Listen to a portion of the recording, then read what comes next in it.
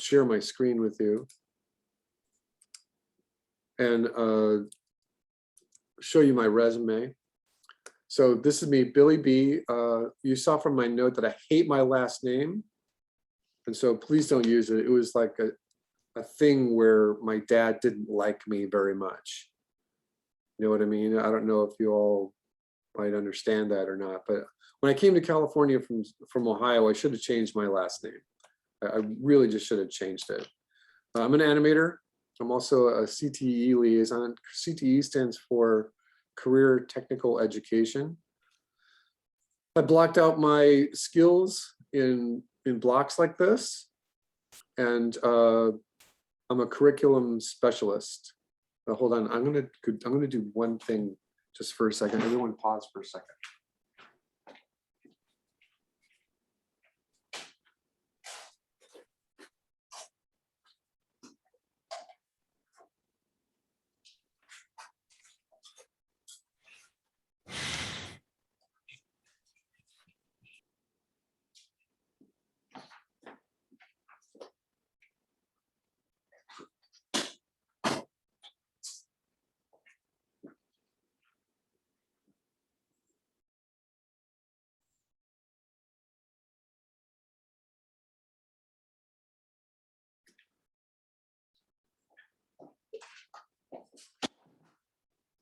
All right, sorry about that, everybody. You can see that I have experience in a curriculum specialist at Kenyatta College. I did put the recruiter there from Census. I'm a professor here at the Academy since 2016. I was an assistant director at the Art Institute for all those years. It was the big thing. This is when my kids were growing up. I also worked for San Francisco State University's College of Extended Learning. I worked online for this school, and I was a substitute for SFUSD. But the good stuff. I'm doing special effects and character design and pre-production stuff for a film called Jinx, The Jinx of Hecate. I have it slated here to come to 2020. The film is supposed to come out next year, but the director just had to move his family up to Seattle here from the city. I worked at Wild Brain for a whole bunch of years. Skellington Productions, James and the Giant Peach. I did all the 2D special effects for James and the Giant Peach. I put Morgan Interactive here. I think they're still around. There was like 4 or 5 or 6 other game companies that I worked for, maybe for a month or 2. And that's the kind of the way it went. When you're freelancing at that point in your career, when you're starting, you end up working for a company just for them to help finish a project, or you start and the project finishes. I mean, you only work a couple months. So there's a bunch of stuff that isn't on here, but that's okay. I got my start at Colossal Pictures in 1992 as a camera operator. And I just wanted to put that on there because it shows everyone the range that I was a camera operator. I was a checker. I worked in the art room doing traditional ink and paint, you know, the ink on the front of the cell and you paint on the back. I did that. I was like one of the last people to be trained to do that. I have my undergraduate degree from the Ohio State University in Industrial Design, a master's in education from Argosy. I went to the Academy as a student and have my MFA in animation and visual effects 2017. And so we come to the bottom here. I'm getting my credential to teach high school art as we speak. I'm a full-time student at San Francisco State University. I have 3 kids. They're all moved out. My partner and I separated, so I'm actually living over in Park Merced, which is right next to San Francisco State, which is kind of strange, but that's okay. So that's me. I'm going to put my resume away. Does anyone have any questions about me? Working on James and the Giant Peach, I worked with all the people that, most of the people that worked on Nightmare Before Christmas. That was wild. It was, to me, I think that was my favorite job. And doing special effects was just right up my alley. I had done tons of character animation, but for some reason, it was just the perfect gel, being in the right place at the right time. All right, so having said that, what I'd like to do is start with John because he was first. John and I talked for a moment. He said he's from Vietnam. John, do you want to tell us something else about you that your classmates might like to know? Oh yeah. Hi, I'm John. This is my I'm from game department. So the How long have advisor, you, how long have you been a student? I How think many, it's in 2017. so you've been here for 4 or 5 semesters? No, almost 4 years. I think 4 years. this the last semester as a bachelor. Are you Yeah, graduating this semester? yeah. Oh, But I'm gonna continue on the MFA after this. oh, So good for you. That's a good idea.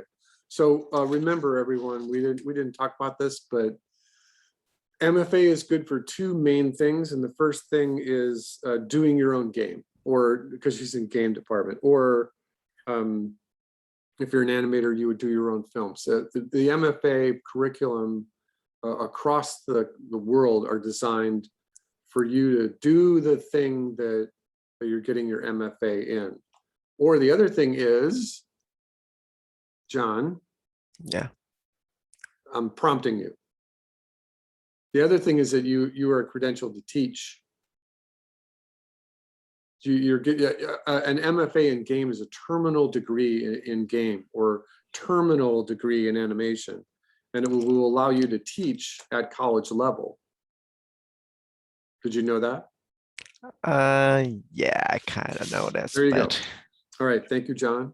And if uh, everyone can give him little claps. So I have my camera here. Reactions.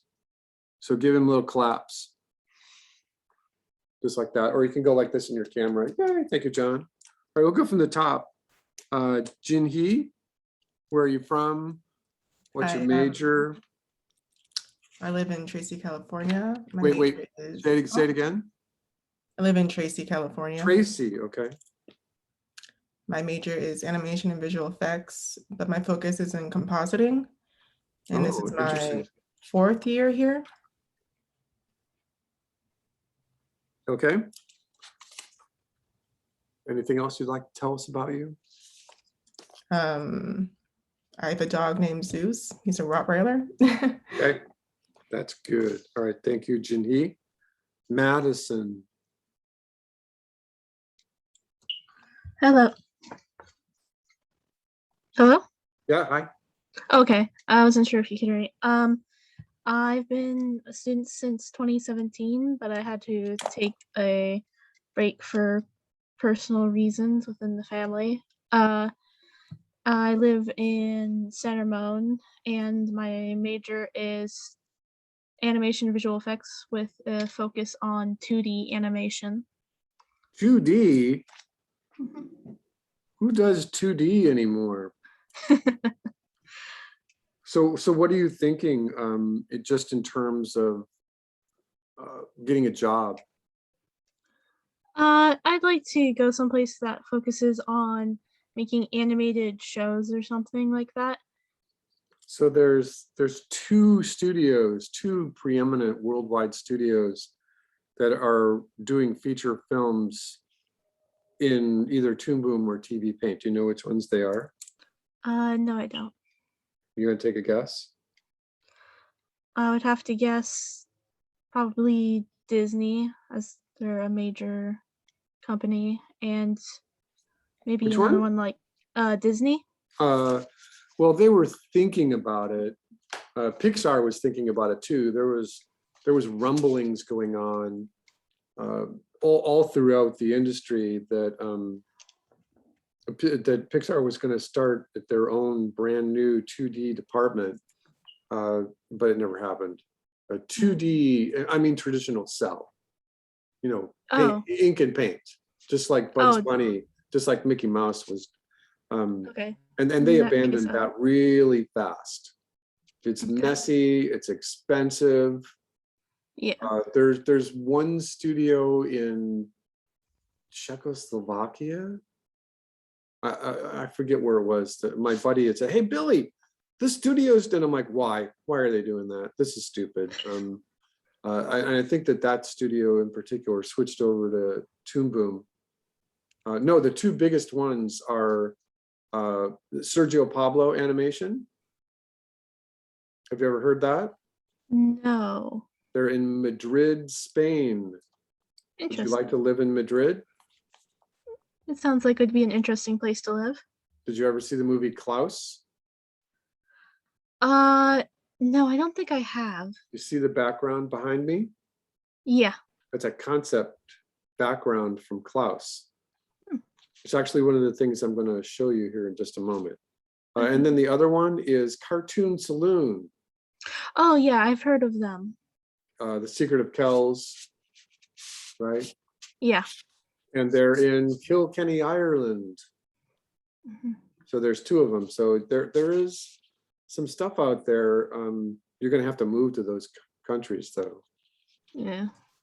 And there are other things, little pockets you might be able to work remotely. Okay. Thank you, Madison. Janeska. Oh, wait, yeah, Janeska. I'm Janeska. I'm from Southern California, but I will be back in San Francisco tomorrow. I'm in the game department, but I'm specializing in user experience, user interface. And I graduate also after this semester. Nice. I recognize your name. Have I had Yeah. you? I was in your history of, was it games? Yeah, History of yeah. games? Yeah. Yeah, I'm running a version of that class for Kenyatta College now. Oh, that's cool. Yeah, it is. The director down there. I worked with that guy at San Francisco's College of Extended Learning 20 years ago. And when the AI school was closing down, it's like, "Hey, Paul, what are you doing here?" And he told me that he was now the director of the animation department down there. I'm like, "Oh my God." That's how I got my little gig right there. And he said that he wants to put together a game department at Kenyatta College. And this is that class there is the first step in the game department. Right. And as soon as this COVID thing gives the human race a break, they should be able to get their student body up there. All right, thank you, Janeska. Jordan. Hi there. Where are you from? I'm from San Ramon, California. I'm a second year student, and my my major is technically game development, but I'm leaning more in the direction of technical art for games. Okay. Yeah, that's pretty much it. Okay. There's still a big call for that. I kind of have been away. When I was the assistant director at AI, I was also teaching all the portfolio classes. And I was very much in tune with what was going on in the industry, just in terms of what either game studios wanted or animation studios, if there was any film going on in the city. Obviously, with the stupid pandemic that's been tearing the world apart, I don't know exactly what's going on, but I can just imagine if you Google game companies in San Francisco, there's still a whole mess of really small, medium, and a couple of big game studios. We are the hot pocket for game studios in the world. So how far, when are you graduating? I graduate in 2024, so 24, okay, so that's you got not some time. time. Yeah. All right, so thank you, Jordan. Yeah. Isaiah, where are you from? I'm from San Antonio, Texas. I started here, what was it, fall 2019. So, wait, no, I mean spring of 2019. Wait, yeah, I think so. I'm sorry. So what I had to graduate. I think I graduate. I have to do another semester. So I think I have one more semester after this one. Yeah, I'm a 2D animation student. Okay. I forgot her name, but whoever the person who said that. Madison? Yeah. Oh, okay, yeah, so remember there is still stuff out there, and occasionally studios are gonna hire remotely. We'll see how that goes.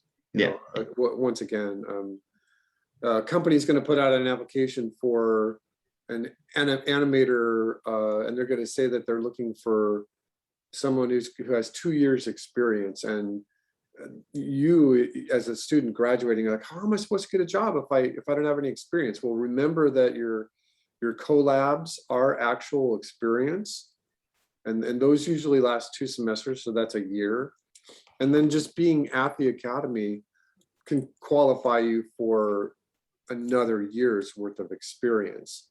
Hopefully you'll have 4 or 5 good projects that you can piece from to put your show reel together. And a company that's looking for 2 years experience is looking for you, or anyone who's graduating. That's what they're actually saying. They're going to test you. They're going to say, hey, I want a walk cycle, I want a run cycle, I want you to draw a storyboard for me and design a character in 2 days. I'm serious. Yeah. Walk cycle, run cycle, draw 20 panels from a storyboard and design a character with front, side, 3/4 turnaround, and you'll have 48 hours. Sometimes you'll have 72 hours. Sometimes they'll give you 72 hours. And then that kind of puts all the people who are just applying for the job and quote unquote goofing off at bay. If an application comes out like that for a company, they're going to get 500 applications a day easily, because that's the first rung on the ladder. And so you just have to be able to be ready to compete, and be able to pass the animation test as well. Everyone tests. Almost every job in our media industry tests you. If you're going to do 3D modeling, they're going to say, okay, they're going to give you a drawing of a tank, and they're going to say, okay, you have 72 hours to model this tank. If you want to do rigging, they're going to give you a rig or they're going to give you a model that's not rigged, and they're going to say you have 96 hours to rig this character. Always. Companies are always testing, especially these days. All right, thank you, Isaiah. We already talked to John. Luisa, where are you from? Hello, I'm from São Paulo, Brazil. I am a 2D animation student. Okay. And I've been studying at Academy since, I think, 2017. So I'm graduating next year. Next year. And you're in Sao Paulo right now? No, I'm San Francisco. Or you're in San Francisco. A couple of my favorite musicians are from Sao Paulo. Do you know Carlos Barbosa Lima? Yes! He's my favorite. I like his. Oh my God. Really? Yeah, he's absolutely my favorite. And there's a band, they make their own instruments called Wachi. I don't know this band, sorry. UAKTI. That's how you spell it, Wachi. And they are from Sao Paulo as well.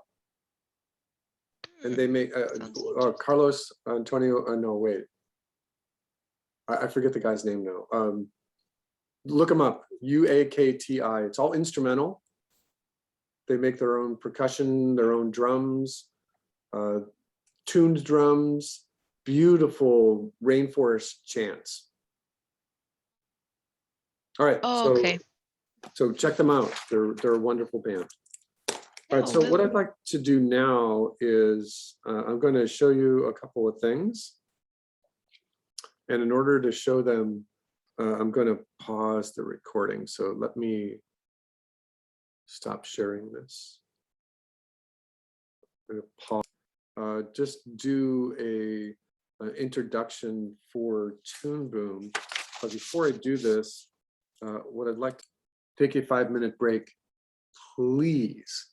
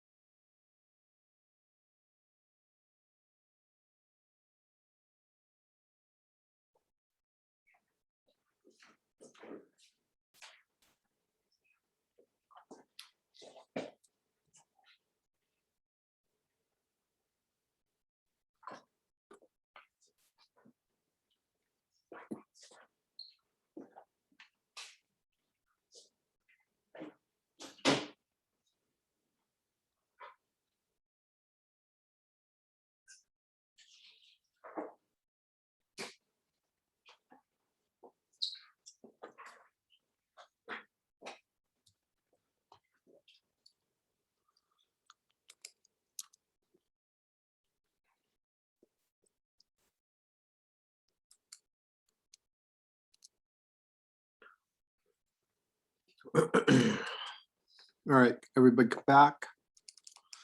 Come on back, come on back.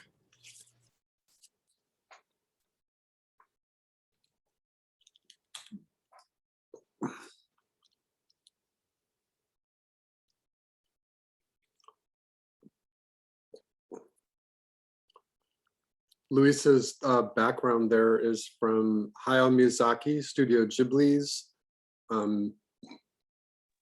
It's Princess Mononoke. Princess Mononoke. So the story was that film had just come out, and we didn't get to see it in the theaters. My kids were just being born at that time, and a guy I worked with at Wild Brain had a VHS copy of it. And I was like, oh, I've heard about this. This is great. Do you think my kids would like this? And he's like, oh, yeah. And my kids were like only 4 or 5 at that point. And he's like, oh, yeah, it's great for kids. I'm like, I put it in, and I started watching it. I'm like, oh, my God. There's blood in that movie if you've seen it before. People get their heads cut off. I'm like, oh, my God. My daughter went around her first grade class talking about Princess Mononoke and how it was her favorite movie, and all of her friends are like, what? All right, so what I wanted to do is share with you, actually, let me do this. In the chat area, I'm putting a JPEG, and I'm gonna play that JPEG for you right now. So what this is the little graph paper. Little graph paper is usually 1/4 inch. Each one of these squares is 1/4 of an inch. And so these are technical thumbnails. They are 4 by 7. And if you do 4 by 7 on your little calculator, you take 7 and divide it by 4. But you get 1.75. This is as deep into math as we're going to go. If we're working in animation or film, and I say to you that your aspect ratio is 16 by 9, it comes out to 1.77777. If I say to you that we are working in 8 by 4.5 inch storyboards, it comes out to 1.7777. Is everyone following along? So that's the aspect ratio we're using. If I say you are working in 1280 by 720, it comes out to the same number. If I say to you we're working in 1920 by 1080, everyone see what we're doing here? So if I say to you that these little sketches are 7 by 4, that's close enough. That is really close enough. So these are 16 by 9 thumbnails. And what we're doing here, what we're looking at, this first one is your pixie dust. And I will explain how we're doing that. From the coursework, you can see that, let me go back to the class.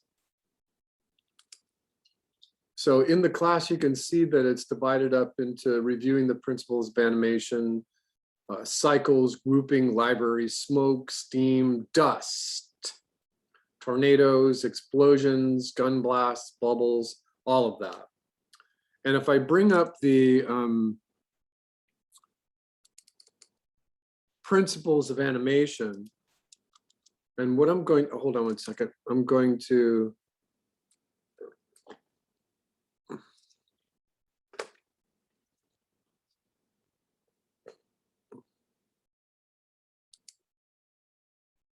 put that in the chat area as well.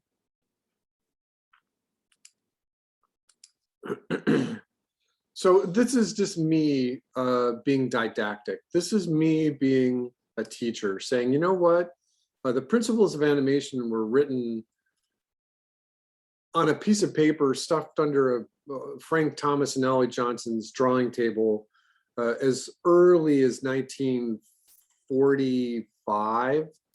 And it was probably just squash and stretch and anticipation and all that. And as the years went by, the principles of animation were not really written down. At the Disney Studios, Frank Thomas and Ollie Johnson, who had authored The Illusion of Life in 1981. If you don't know this book, it's a great, wonderful coffee table book. It was written by Frank Thomas and Ollie Johnson in 1981. They were just about to retire. It's a great book, it really is. But when you're looking at the principles of animation in that book, it's just really simple. They just kind of spell them out. I don't even see the image of it. There's only 12 principles. And these are other textbooks. So what I did is I just divided them up into categories so that they're easier to understand and easier to remember. The very first principle of animation should be the illusion of life. And then you have movement and dynamics, which includes anticipation, squash and stretch, timing, weight, overlapping action as its own category. Story should be its own category. Appeal as a principle of animation has everything to do with characters and story and acting.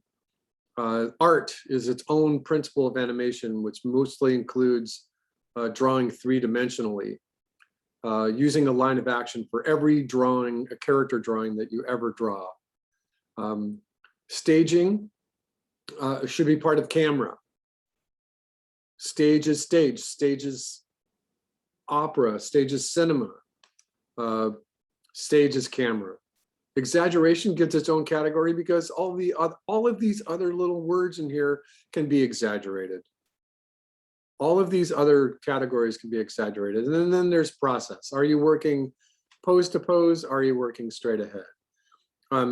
Many animation teachers have their own way of doing things. And this dude right here decided that there were going to be 21 principles of animation, you know, and so whatever. You know, they're all good. It's all correct. So I just wanted to share that with you. For this, what we're doing is putting things together. Instead of doing 15 tiny little projects, we're going to put like the mud, especially with this one right here. If you can see my mouse, especially with this one right here. When I'm doing this, can you see the little blue balls? You see, okay, good. So this one is the volcano project. And the volcano project has smoke and lightning and water splash and a whole bunch of stuff in this one. It combines a bunch of the effects that we're doing. This one right here is your tornado. So this one's going to have the maelstrom, the actual wind itself. It's going to have lightning as well and debris. We're going to do a water splash. And so this water splash right here is separate. Many of you, as we go through the semester, will decide that you want to do the water splash separate from the volcano, which is fine too. And then this is your final. All these ones down here are your final. And the typical thing is for a student to use the low-hanging fruit to create a chemistry lab. And the composition has a little beaker with a flame underneath it and lightning in the window. And then a magical orb appears in the chemistry lab, and it explodes. And there's all kinds of things that get covered in your final project. So having said that, there's a flag thing that we do here, which is technically it's independent. I sometimes do the explosion and the flag together. So this little fuse right here is part of a flag. So having said this, what you see in front of you is a combination of 1 or 2 or 3 of the special effects, which are listed in the class in the final, saying combine 2 or more of effects. So instead of just doing that for your final, I try to combine a couple of these. Instead of doing 10 or 12 projects, is to do just 5 of them. And so it's up to you.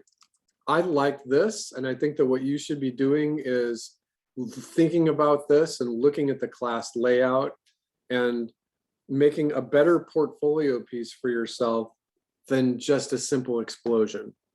It's up to you. If you want to do the water splash and the explosion and all of these things separately,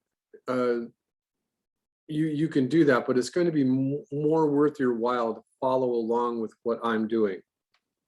What I'm doing then is giving you the idea that you should be drawing out the special effects in thumbnail form so that you have an idea of what they look like. Now, I know that it's going to be difficult for you to kind of try to have this ready for next week, but I don't think you really need a thumbnail for the pixie dust that we're going to do today. But just keep this on hand, because this is just a really good idea of how do I want to combine this? And I will show you examples of all the other students that have put things together.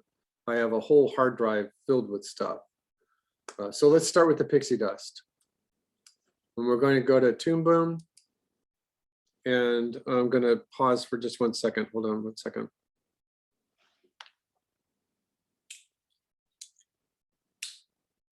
Okay. Teacher, Billy, call me Billy. Billy, Yes.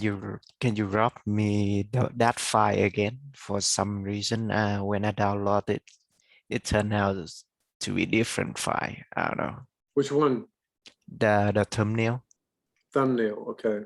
Yeah. So hold on. I'm going to stop sharing. All right. So I'm going to put thumbnails in there again. Hold on a second. I got to move stuff away.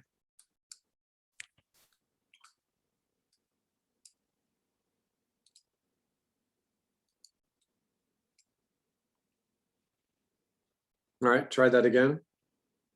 Let me know. All right. Just as a refresher for everyone, starting in Toon Boom, this is your start screen. Pay attention to this. Here's your 1920 by 1080. So you know you're in 16:9 ratio. We are working off the desktop. We are going to call this a new shot. It's a 24 FPS vertical. And you just say create a new shot. All right, so once you do this, this is your first screen.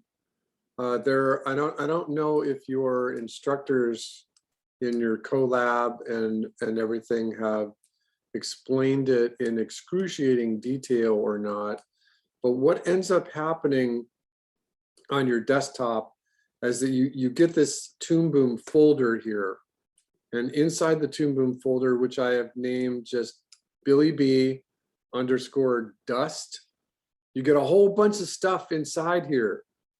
Do not touch or do not rename any of these things.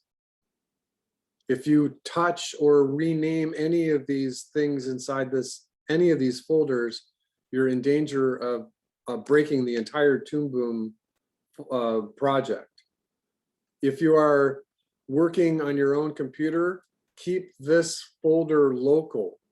If you're working anywhere, do not work off of a Toon Boom folder from a USB drive. I promise you, you will break your Toon Boom folder. I promise you, you will break your Toon Boom project and you won't know it for weeks.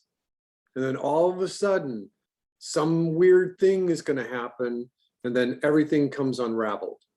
And then even if you save or save as, there's just little gnomes that appear inside of it. So don't rename any of these. Inside the folder, you get this X stage icon. This is what you double click when you're reopening your file. All right, so then just really quickly, what we're going to do is just a quick overview of the interface. What you want to do as an animator is understand that there are different workspaces here, and the workspaces are listed under Windows Workspace, and you can pick and choose how you want your layout to be. What I like to do is just kind of leave it as the regular default workspace, because as a teacher, that's a good place to start for everyone, and then you can customize it as you go. What I like to do is talk about the history of 2D animation, like all the way back in the 1920s. And what they had discovered, that they were working with nitrocellulose cells, and that they could shoot as many as 6 different layers for every single frame. And so the out-of-the-box Toon Boom gives you just 2 layers right here. It gives you a line layer and a color layer. What I like to do is go to the Preferences pane. And this is where Toon Boom can be terrifying, because each one of these folders here contains just an astronomical number of preferences that you can put into and customize for yourself for the application. This is just crazy. But what you would like to do is go to the Advanced tab and just click on Support Overlay and Underlay Art, and then just say, okay, that's the only thing I want you to do, because that gives you an overlay, a line layer, a color layer, and an underlay layer. And so now for me, I like to work a little bit anomaletic. I like to work a little outside the box. Many animators will realize the beauty of using pegs and cameras and all that in Toon Boom. And you're supposed to be using supposed to be drawing the line layer in the camera layer. I'm sorry, on the drawing layer. But this just freaks me out. I just can't do this. I cannot draw without knowing where the edges of my stage is. So you're welcome to use the traditional pathway and drawing the line layer on the drawing layer. But I'm a weirdo. I use the line layer on the camera layer so that I know where I am. If you use the middle mouse button, that is your zoom. And 1 and 2 on the keyboard are zoom as well. Your space bar is your move. And then Shift M brings your drawing your camera back to full stage. Again, Shift M is your main keyboard shortcut. If you go back to that preferences palette, you can see that there are in the drawing tab. No, where is it?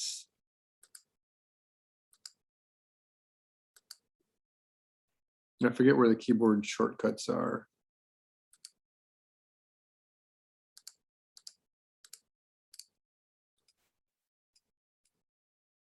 By the way, I think this is Harmony 17. And I believe that they have just gone to, oh, it's under general. They've just gone to Harmony 20. All right, so So there are a bunch of keyboard shortcuts, and like our friends at Adobe, they don't tell you what the keyboard shortcuts are here if you hover over them. So dig them out. What I'm going to do is just kind of only use a couple of things today. When you first start Toon Boom, you need a color card. So what I'm going to do is I'm just going to delete this layer right here, because this is the way it comes out of the box. That you've just got this drawing layer and you've got a gray background. So the first thing that you want, and by the way, when you first bring it out of the box, this drawing layer is highlighted and nothing will render. You can't do any kind of a QuickTime movie test or anything until you click on the layers here and add a color card. But if you add a color card when this drawing layer is highlighted, the color card is going to be nested under it, and you don't want that. So what you want to do is you want to make sure that this is not selected, and then click color card so that the color card just lives by itself. So right there, this is how you add a drawing layer. So we're just going to say this is going to be my background, and we want to always work in vector, always, always, always vector. So I'm going to add and close, and I want my background to be underneath the drawing layer. So I'm just going to put it there. I'm going to double click on this drawing layer, and I'm just going to write dust. And what I'm going to do right now is put my preference out there to you all. And that is that when you are naming your layers, and I mean naming layers for everything, for Toon Boom, Photoshop, Maya, whatever you're doing, whenever you name a layer, make sure that that name of the layer is nice and short. As few characters as possible. In fact, if you look at my folder name, it's just bb_dust. I do not want file names that are completely and totally out of control. So here's the rules. And I'm just going to do this. Oops, hold on. I'm going to do this on the stage here, and then I'm going to delete it. With my pencil tool, with a color selected just for black. Oh, by the way, I like working in this preference better than working in swatch, out of the swatch mode. I don't like this mode, because a lot of times if you are working with 20, 30, 40 colors, it's really unmanageable. So if you right click in this area, just say swatch mode, and the name of the color appears on top of it. And again, this is another reason why you want to keep those names. So you can double click on it and say, this is black. That's just jet black. And this is the best way to work right there. And so you can see what I did right there. If you're working in the swatch mode and you double click on the outline of the blue, you get this dialog box for your color palette. And the best way to work in this color palette is this, and click on it right there. So you got the two different options, the multi-wheel mode, which is terrible, and the single wheel mode, which is the best, because as you are moving any one of these colors around, they move in each one of these 6 selection palettes. This is the best color palette I've ever seen, ever. It gives you RGB and HSV ratios, and you should just know, if you're working with an RGB value, which is 000, you're working with black. If you're working with 255/255 3 times, you're working with white. And as a digital artist, you should know that. If you're working with pure 255/00, you're working with red. And this is brilliant. If you're working with, let's bring it to the corner. If you're working with 255/0, you're in green. See this, everyone? If you're 00255, you're in blue. There's your RGB right there. So this is an awakening thing for you if you didn't know it. We're going to start with black here. And I'm just going to take a bunch of notes. So when you're doing your color or your file naming, here are the rules. The first thing that you want to do, actually, let me, I'm just going to put this on its own layer here.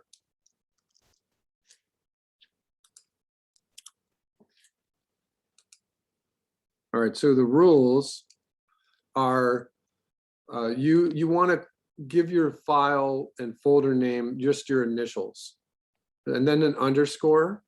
And then for us, this is going to be pixie dust. So you can just call this pixie dust, and then you can say dot or underscore version 1.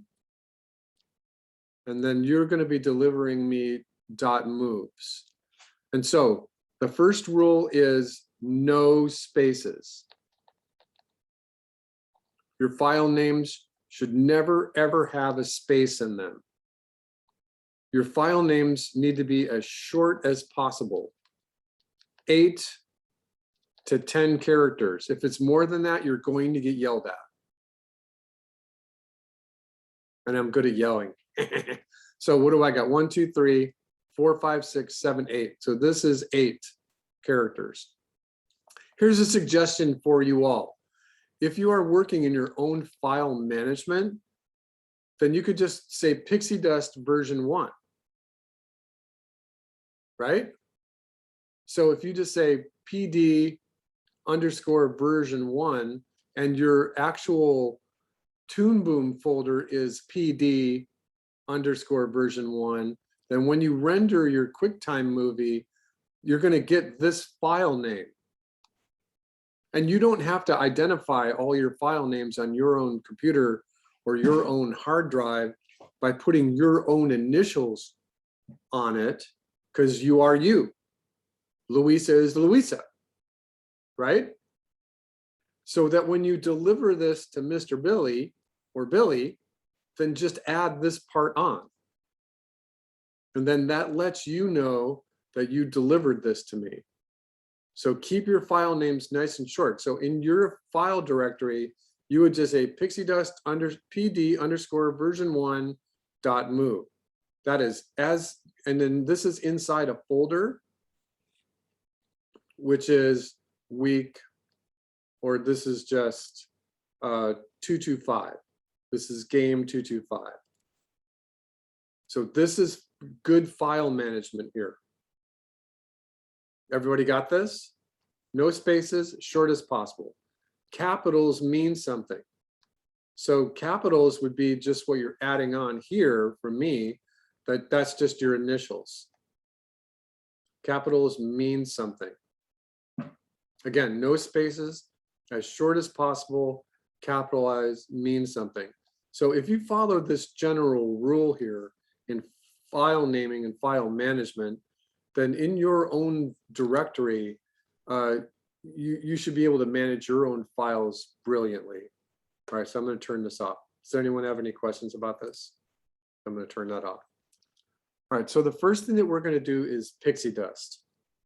And in order to get in and out of pixie dust, what we're going to do is we're going to create ourselves in this background layer here. I am just going to take my rectangle tool and I'm going to drag the rectangle tool across the stage. And in Toon Boom, which is, there's a strange thing in Toon Boom that when Toon Boom purchased the application from a company that was called US Animation. And US Animation was almost as complicated as Toon Boom was, and the engineers went and made it even more complicated. But what they realized is a lot of animation studios at that point were working with Flash. And so they wanted to compete with Flash directly, especially as a vector tool. And there's a way, I mean, in Harmony, there's like a way that you can pretend that you're working in Flash. But I don't recommend this. And I don't even, I haven't even navigated myself to I think it's under the Windows tab or something. I forget even where it is. There's a mode that you can work in Flash, but I don't recommend it. This is vectors. And so you can sub-select each one of these parts of the vector. Oh, I'm sorry, I'm still drawing.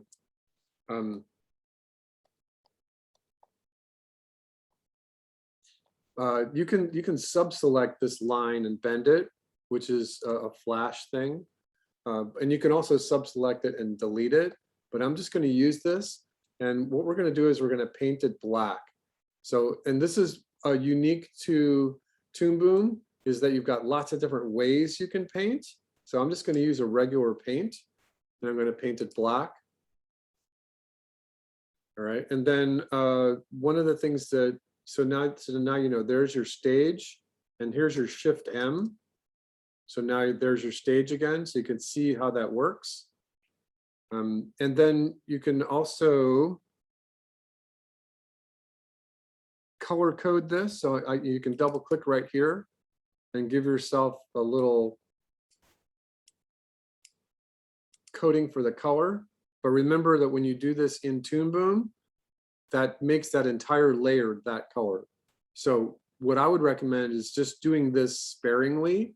If you're familiar with After Effects, that you know you can manage your layers really carefully by color coding them. But here in Toon Boom, your whole layer becomes that way. So I'm only going to do this once so that I know that's my background. This is this obnoxious black background thing that we're going to be using. All right, so the next thing I want to do is, this is my dust layer. This is where we're going to actually be drawing. Oh, I'm sorry. Let me just go backwards for a second here. So what I want to do is I'm going to take this playhead and I'm going to grab it. I'm going to move it out to about 120 frames.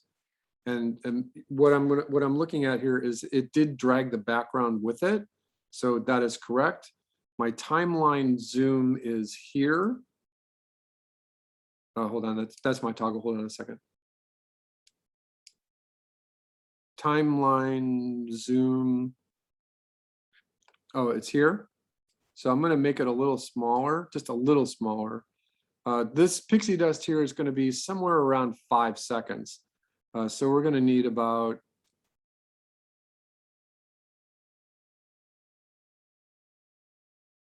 240 seconds is 240 frames is 10 seconds.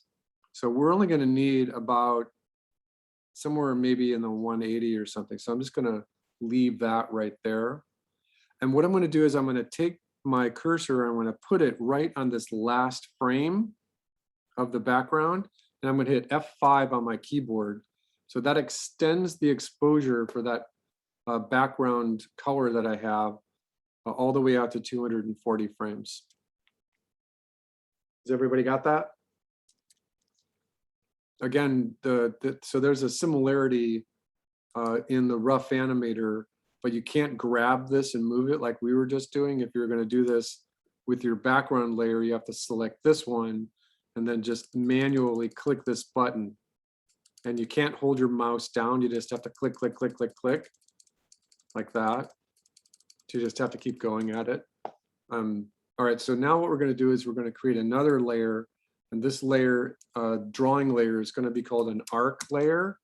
And the reason why I'm calling it an arc layer is because arcs are a principle of animation.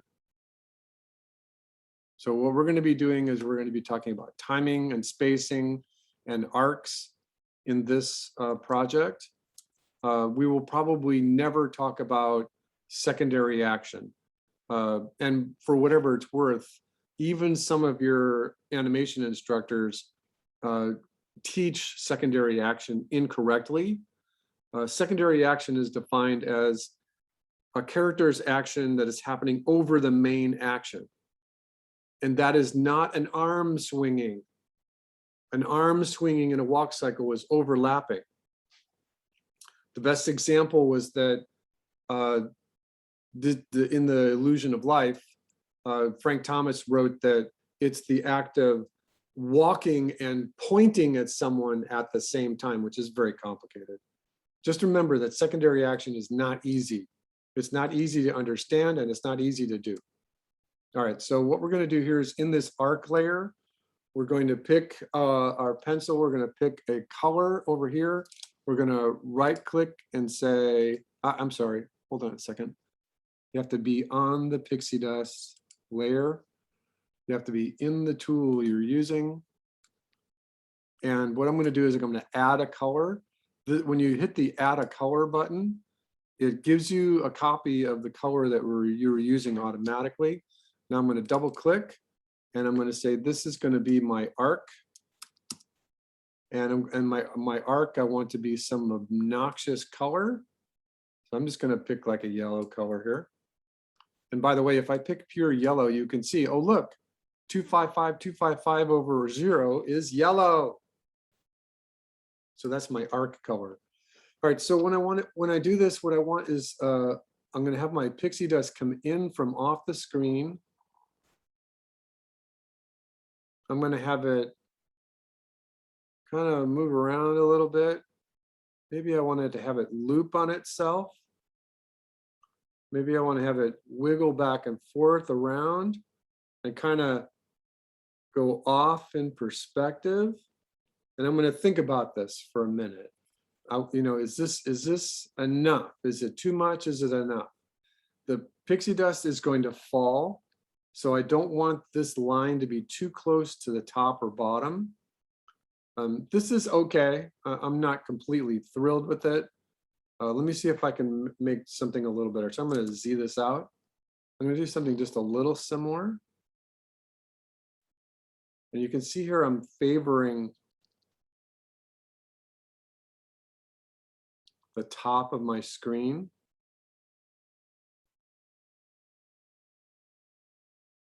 Yeah, I'm not completely convinced about that either. So let me just.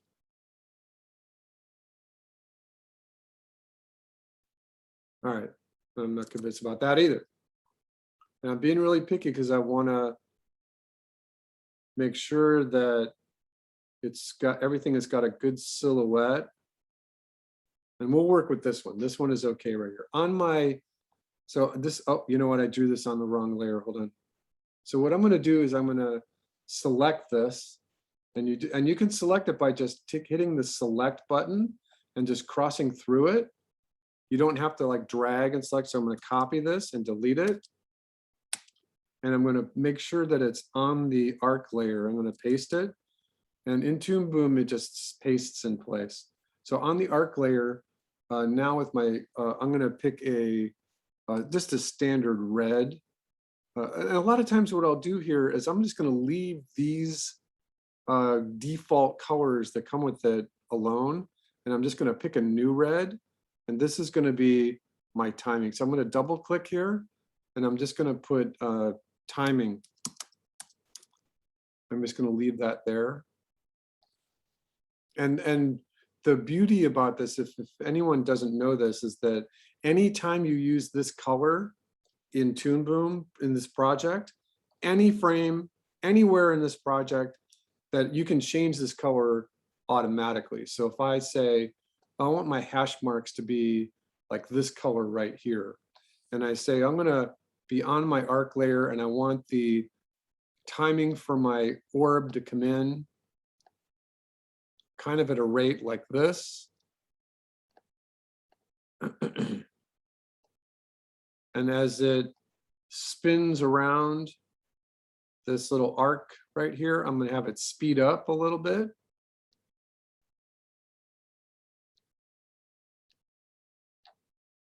And then it's going to slow down right here. And then it's going to speed up again. It's going to slow down right there. It's going to slow down when it comes around this little arc. And then it's going to speed up again.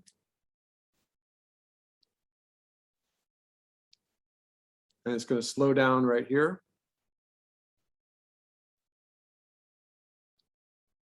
And then it's going to go off a little slower than when it came in.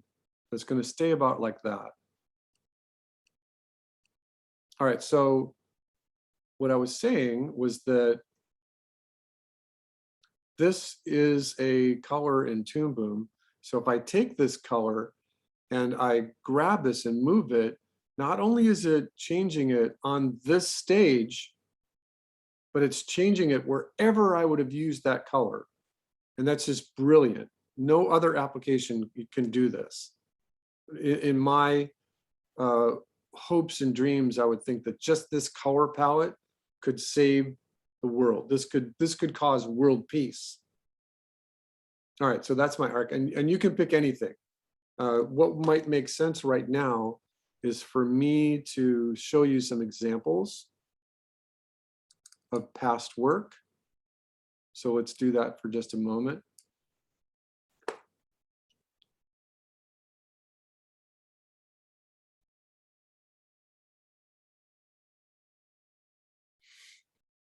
I'm just seeing if there's anything on my first directory. I think I have everything buried right here. All right, so this is a copy of their thumbnail. I want AAU. I want, oh, that's different. Hold on.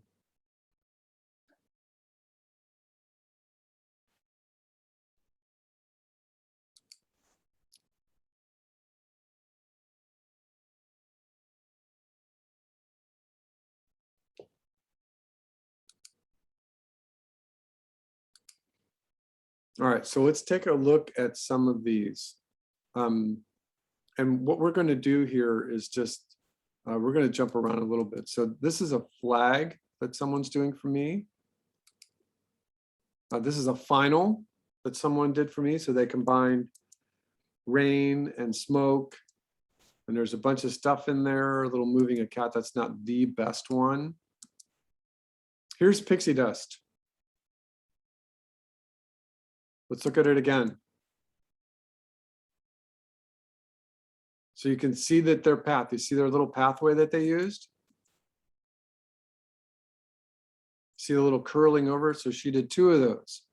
So let's look at some more pixie dust.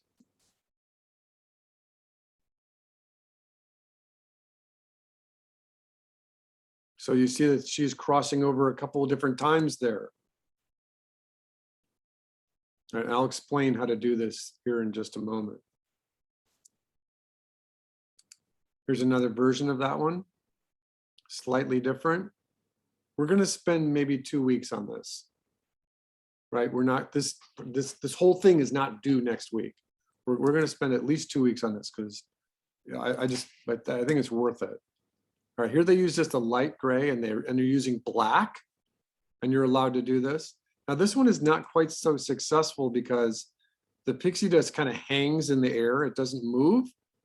So you see those little dotted lines? This one's not successful because pixie dust is magic. Pixie dust is supposed to fall in the air.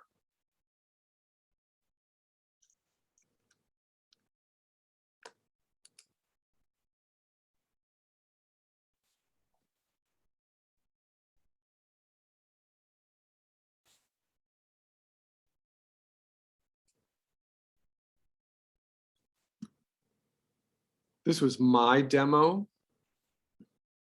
that I started. So you can see that I'm using my little arc and I'm doing my, so I was incomplete.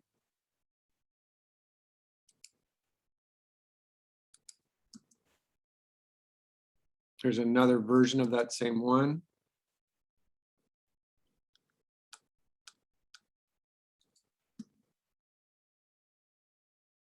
And this one is got more to it. So it's the same project, just with another pass on it.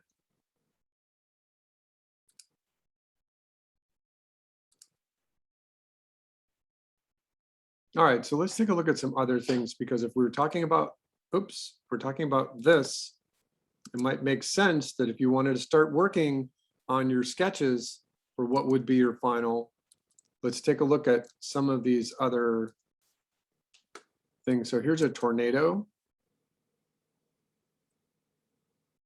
And that's just one version.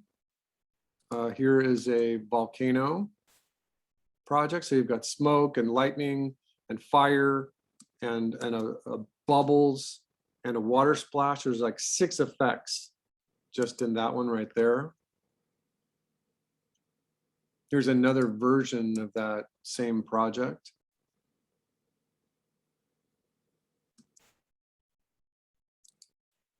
Here's a version of a final where they've got glass and water and fire and smoke in one folder.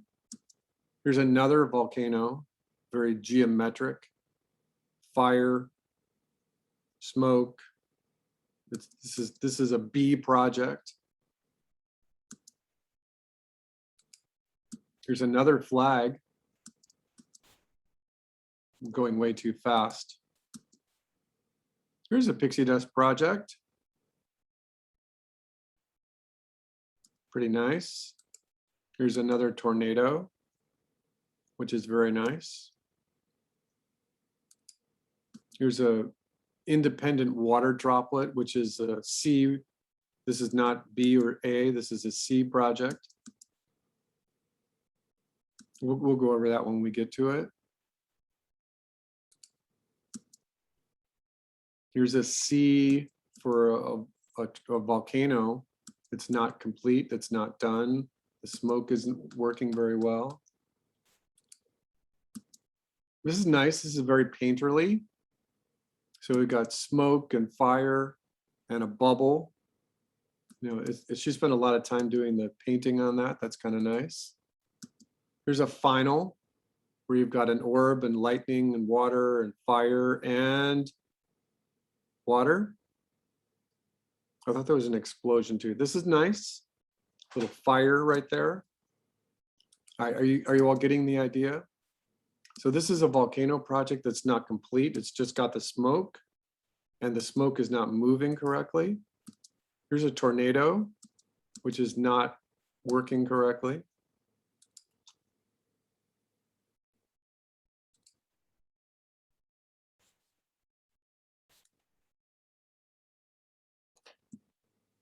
Here's a very nice volcano. So you've got lava, smoke, fire, water splash down here, lightning. That was nice. Here's another, well, this one person called the final of their volcano. So they've got smoke and fire, projectiles. That one's okay. Here's another one. You know, I always encourage everyone to kind of try different things. And you are all notorious for just kind of following my demos, which you don't need to do. You can always be creative. All right, so here's a pixie dust and it's not working correctly. It's only okay. It needs, and it's the wrong ratio.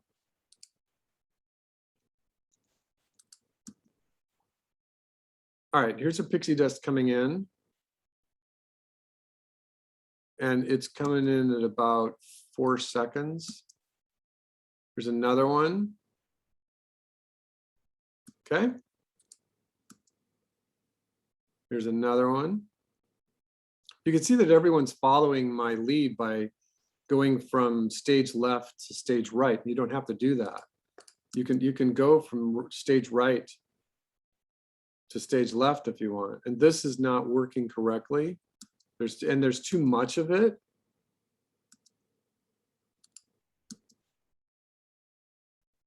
That one's okay. That one's looking pretty good. Let's look at that one again.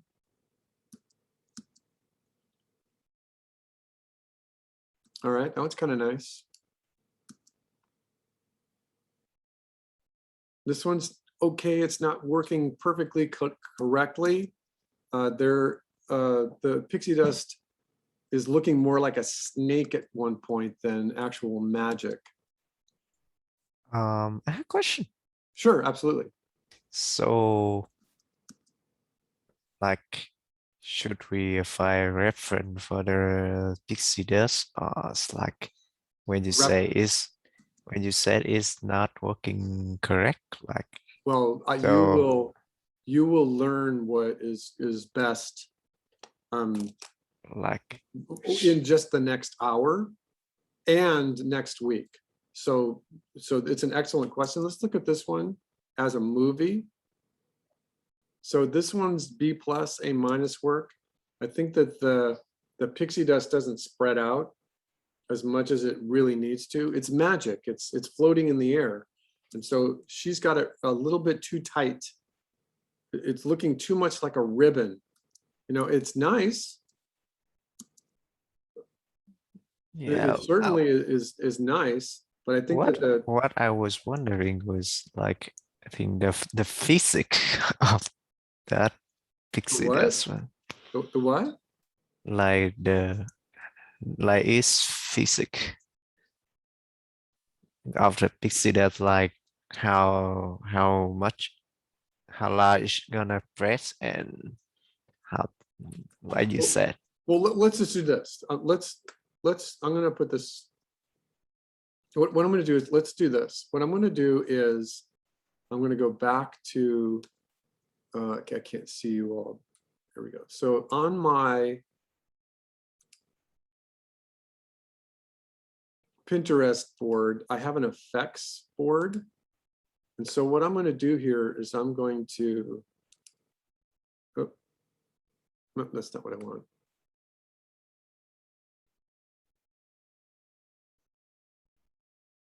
I forgot how to do this.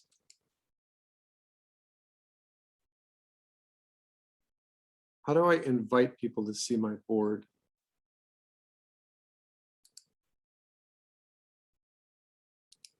I forgot how to do this. No, that's not what I want. Try the 3 dots next to FX. Oh yeah, that's right. All right, so share. And what I'm going to do is, instead of putting this in the Zoom class, I'm going to put it in our classroom. I'm going to add a discussion. So this topic right here is just Pinterest.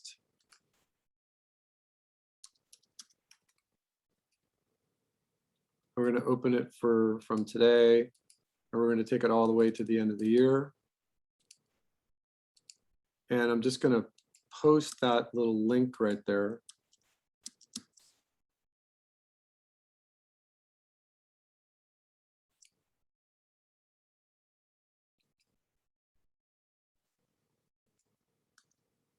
And I'm going to highlight the link.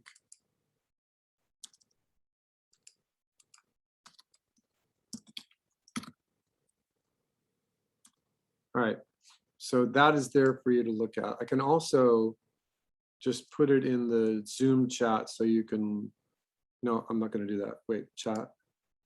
Yeah, I'm going to put it in there too so you can look at it just right now. All right, so what I'm going to do is, let's look at that board for just a minute, because I think that it's important. This is not organized. I did not like break this up into, drag this around or whatever. It's just kind of whatever I see trending, I put in here. And this I've been using for this 225 class. I've been teaching this for the last 4 years. I believe I'm the only one who's been teaching this, which is kind of cool. But there's lots of really cool things in here, just in terms of composition and staging. And, all of a sudden there's going to be a drawing from Edward Gorey. There's lots of effects in here from the Iron Giant or the Clone Wars, because it ends up trending on that social media. There's lots of cool things that when we get to the volcano, that you can put your volcano and make the smoke really stylized. There's also examples in here, like when we get to the fire, if you were to do fire like this, you might really regret it because it's very complicated.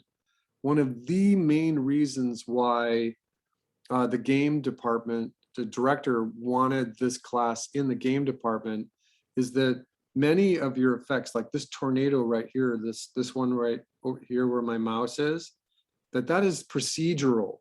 That's done in Unity.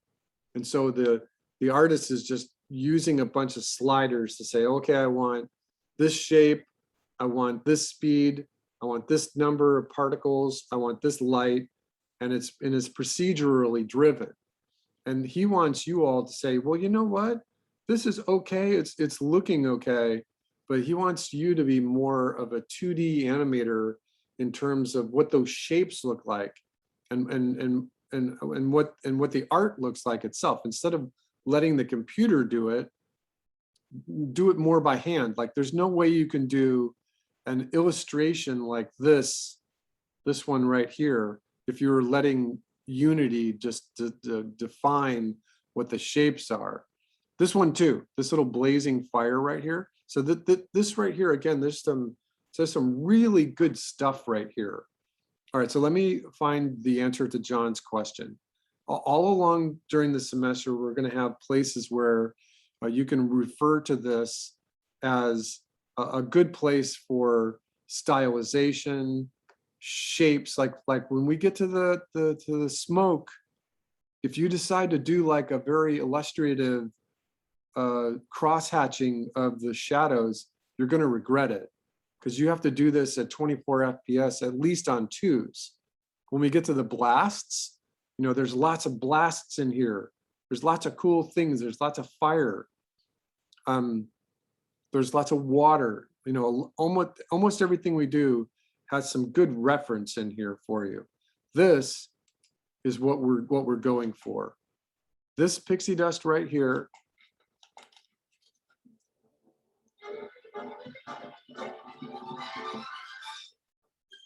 You know, that Cinderella moment right there is what we're going for. That's what we're going for. Now there's a better one. And I forget where we put it. I'm surprised it's not. Let me click on it. Oh, I did click on it. Hold on 1 second. I think I can find it, but I have to go to another portal. So 1 second.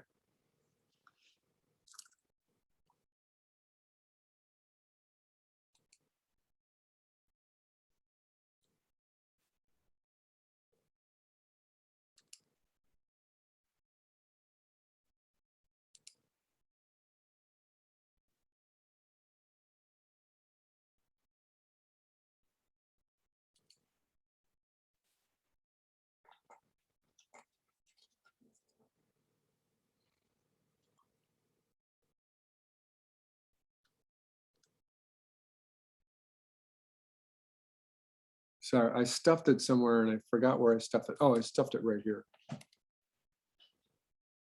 Okay, hold on 1 second. Oh, there we go. Okay, good. Back to Zoom, share. All right, so this one, what I'd actually like to do is share this one with you. The other one that you saw was going from the pencil test, and then they cross-dissolve the pencil test with the final ink and paint, and then the final compositing. But this one is just the pencil test. And this is the one of the first times that you see like the entire effect of pixie dust done, and it's brilliant. It's absolutely wonderful. So this is the highest form of pixie dust you can get. So I'm going to copy this for you. And John, does this answer your question? I think so. Yeah, yeah, you had a question about the pixie dust, I thought. All right, hold on 1 second. I'm gonna bring my chat back up. All right, so that is in the chat, and I'm also gonna put it in the classroom.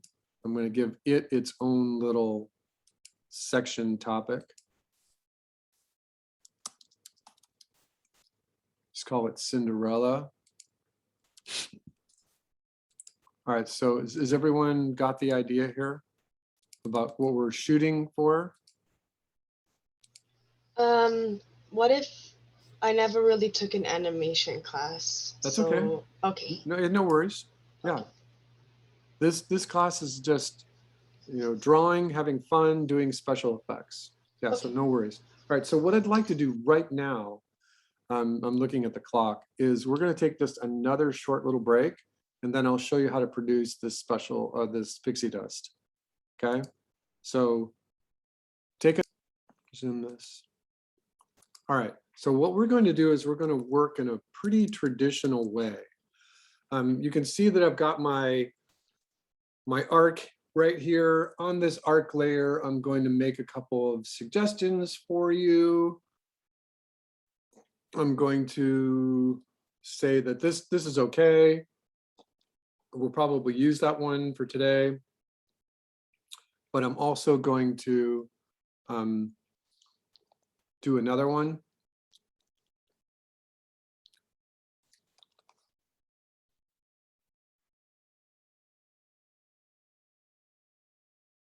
You know, it can look like this. It can look like a bunch of different things. The reason for this is that it's got a crossover. I think that if you were to do this, it would be really wonderful, but it would take you way too long. It would just take way too much time. We want to be able to do this in 2 weeks. So let's just start with this one. On my dust layer is where I'm going to actually want to put the dust, but I'm not quite ready yet. In this layer right here, what I'm going to do is I'm going to call this my dust layer. And I'm going to pick something that's kind of in this white range, a light color. Remember, you can always change it later. And so over here in the left side bottom, I'm going to make a key. We're going to be using little dots, medium-sized dots, bigger dots, circles, spirals, squares, 6-point stars. You can use anything you want. You can use hash marks. You can use little exploding stars. And we'll explain that here in just a minute. Anything that you can look at here. We can use any number of different things. We'll just start with this right here. Again, I just put that on my dust layer as a key. What I really should do is put that on the arc layer and let the arc layer continue out. So what I'm going to do is I'm going to highlight this.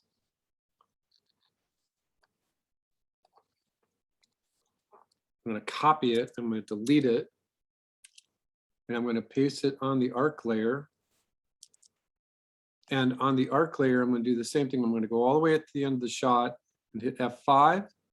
And so that means this reminds us that on this little key right here is we want to be using a variety of different shapes right here. And we can add to that key as we go along. All right, and then on this dust layer right here is where we're going to actually draw our pixie dust. But we're going to need another layer called the orb layer. And so we're just going to call it orb. I'm going to add and close because everything should have its own color. So I'm going to make a new orb layer. And I'm going to pick something slightly different color just so make the point. All right, so now on this layer right, oops, sorry. On this layer right here, what we're going to do is we're going to start off the screen just for 2 frames. And so I'm going to draw just a circle about that big. It's going to be an open middle, and that's important. I'm going to select it, and I'm going to copy it, and I'm going to say, you know what? When we're talking about cinema, we don't want that pixie dust to just crash into our scene right when we start hitting the move, when we hit play on the movie. So what I want to do is I want to go out and say, when we talk about timing for animation, this little puppy right here, timing, we're going to be talking about 8 frames. I'm going to put this on the arc layer. 8 frames equals a beat. And each second at 24 FPS has 3 beats. So if you have 16 frames, that equals 2 beats. And I'm doing this outside the framing of the shot. And so 24 frames equals 3 beats. It's just a very traditional animation way of thinking about timing. So what I want to do is I want to wait for 2 beats. So I'm going to go out to frame 16. And on this orb layer, I'm going to paste. So now what I'm going to do is I'm going to take that orb and I'm going to move it. And remember, when you're moving, that's just the pivot point. That's the move tool right there. So right here, I'm going to move that here. And you can see that I didn't grab the whole thing. So something funky is happening. Instead of messing with this, what I'm going to actually do is just do a new one here on frame 16. So this one's coming in right here. So this is going to be my first orb that I see. So I want blank frames right here. Now I'm going to take this and I'm going to copy it. Come on, Toon Boom. I'm going to copy it. And what I'm going to do right now is I'm just going to use my playhead. So what I do here is I'm using the greater than and less than signs on the keyboard. And I'm going to go out 2 frames. I want this to be on 2s. And I'm going to hit paste. And then I'm going to move it. And so I'm going to move it so that the center is right on top of the next hash mark. When you do that, you can see that the next frame is filled in already. So again, I'm going to hit the greater than sign, 2 frames, hit paste, and I'm going to grab it. I'm going to put it on the 3rd one. So now what I'm going to do is I'm going to turn my onion skin on by either hitting this little button right here, the little sandwich, or I can do it here as well. So now I'm going to do the same thing. I'm going to just go 2 frames out and paste, come back, grab it, and make sure you're not grabbing the center, the pivot point. And I'm going to do it again. 2 frames out, paste. All right, so now Toon Boom is fighting with me. So I'm going to zoom in just a little bit. And I'm going to go 2 frames out, paste, grab it, move it. 2 frames out, paste, move it. You don't want to this is just for timing. So you're going to do the same thing. 2 frames out, paste, move it.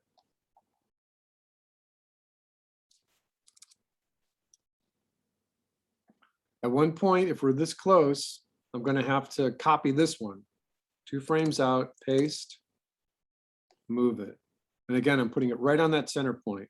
But remember, that's why we wanted that open circle right there so we can see where the center point is. That little white dot should be right on the arc. 2 frames out, paste, grab it, move it. All right, so right now I'm going to copy it. So now it's going to end up being right there. So I'm 2 frames out, paste, 2 frames out, paste, 2 frames out, paste. When you're doing this fast, always keep the timeline in your peripheral vision so you know you're not making some visual mistake.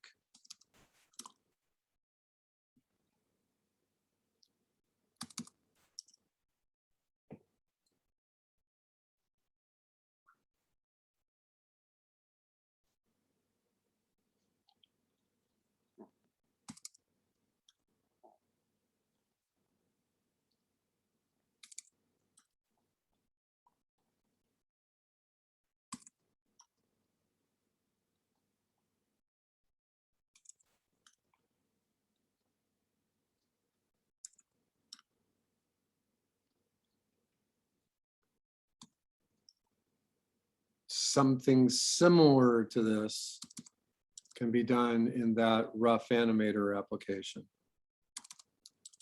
The selection tool in that application is a little funky. That rough animator application was designed, by one guy. And he manages his whole team himself. All right, so now I'm looking at the timeline in my peripheral vision, and I can kind of see where I am. I'm going to copy this one now, 2 frames out, paste. I'm not running out of frames. 2 frames out, paste.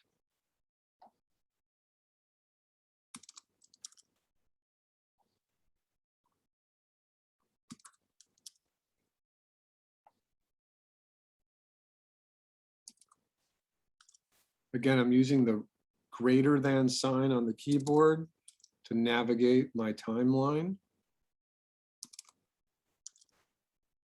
And once I hit paste, it fills in the frame before it on 2s. All right, I'm doing this quickly enough.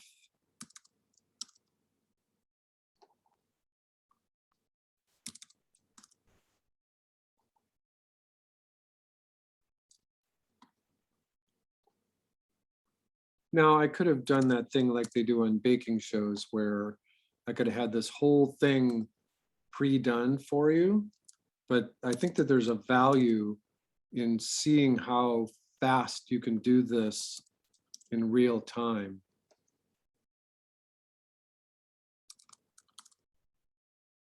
Oops, that's the pivot point.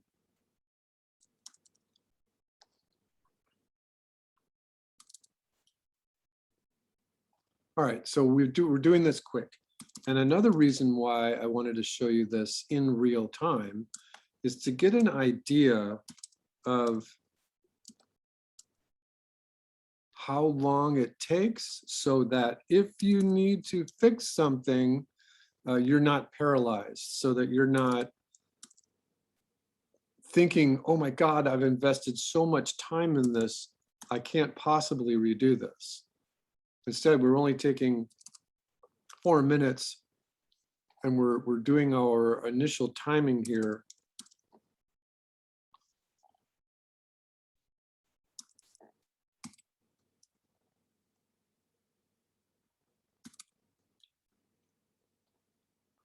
And the other thing that I'm not doing, which I didn't say, was that I'm not teaching you all the other things about Toon Boom that could eat up a whole bunch of time. We're using this as more of a traditional 2D animation tool.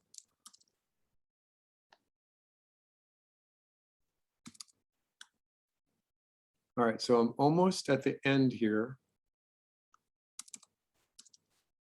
And I want to put a question out to the class.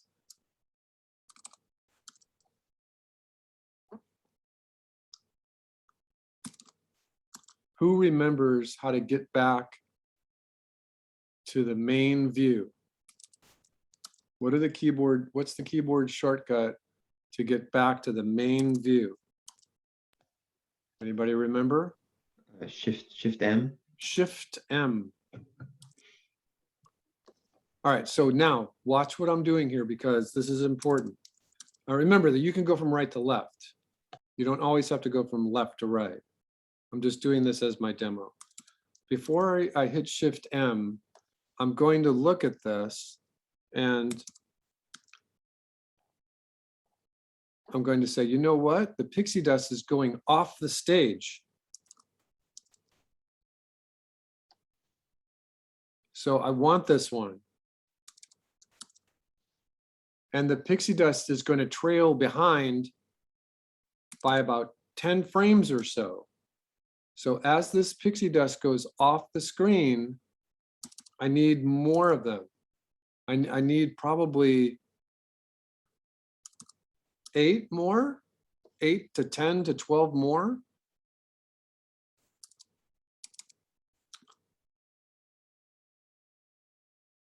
So I'm going to remind myself by putting the orb, animating the orb off the screen for at least 8 to 10 positions, because the pixie dust is going to be falling while the pixie dust is, while the thing is off the screen over here.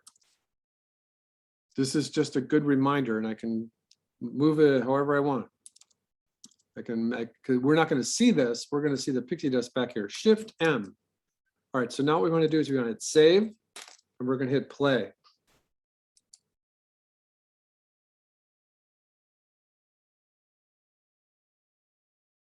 What am I not doing right? Oh, I'm sorry.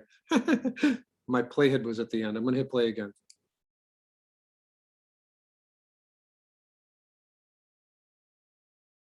All right, so I think that's working okay. Let me turn off the arc layer and play it again.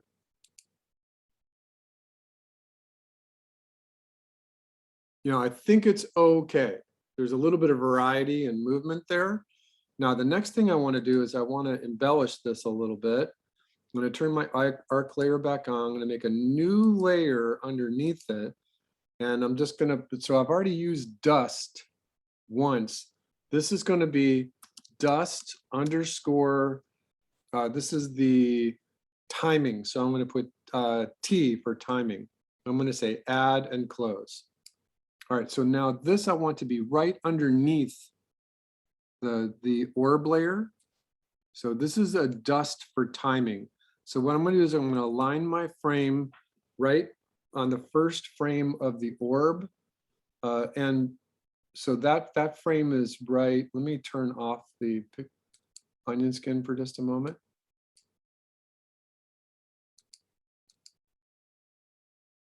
All right, so that is this drawing right here. That is this one right there.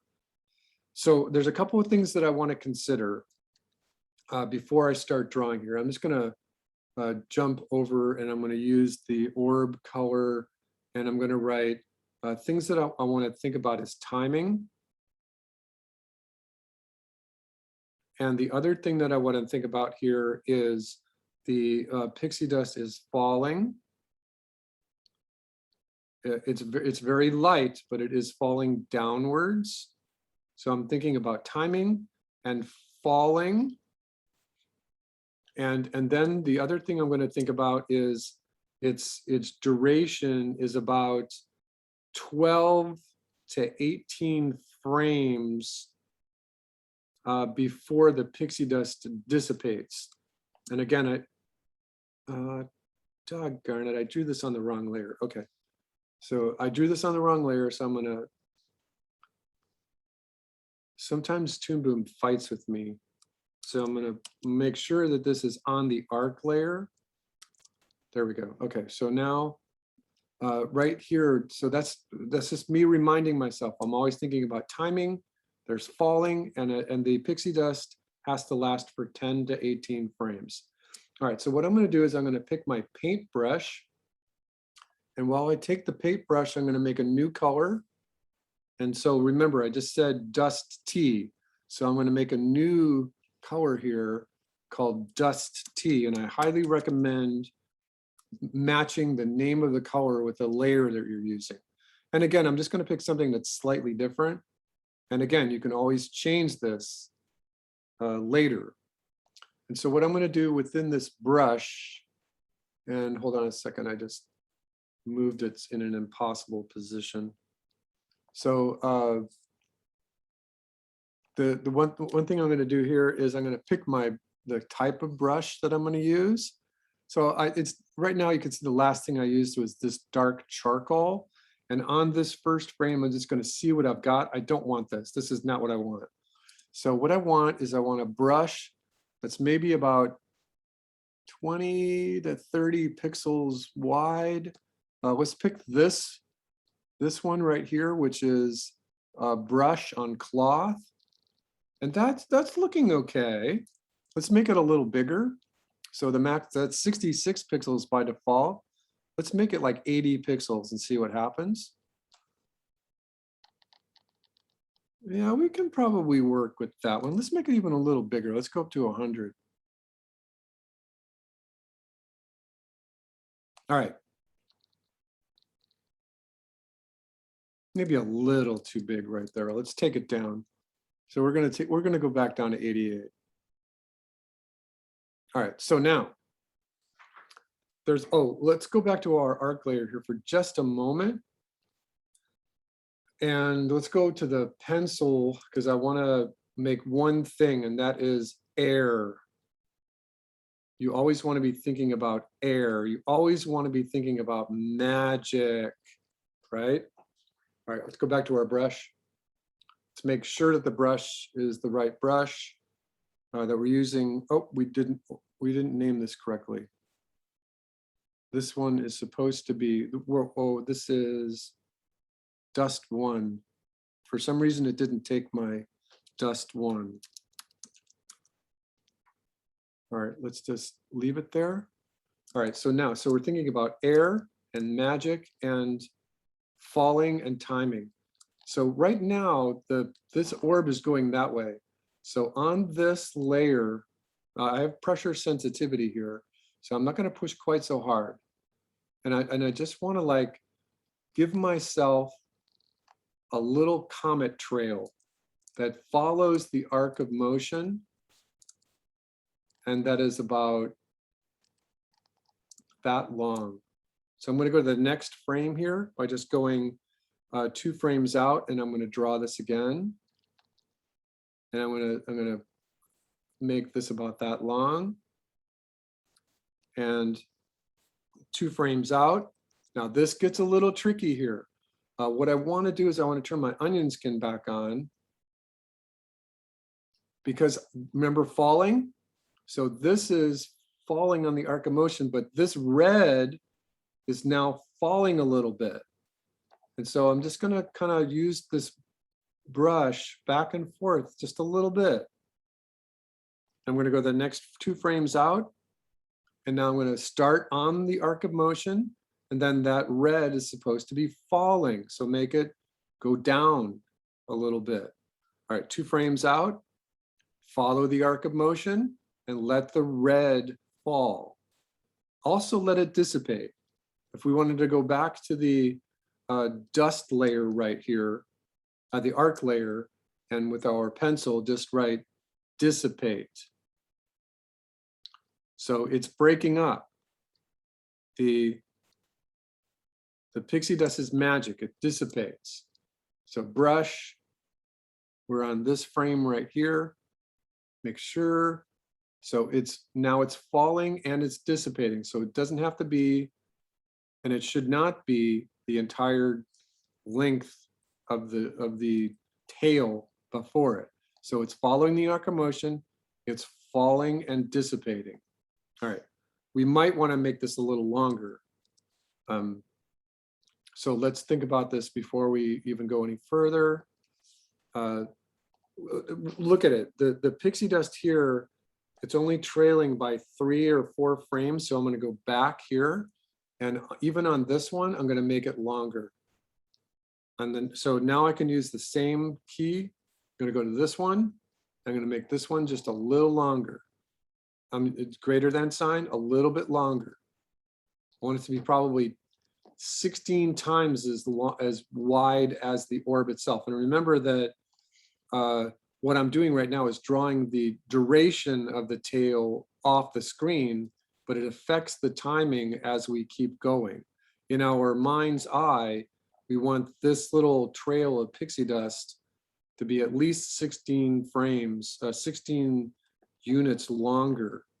So this one, it's still off the screen.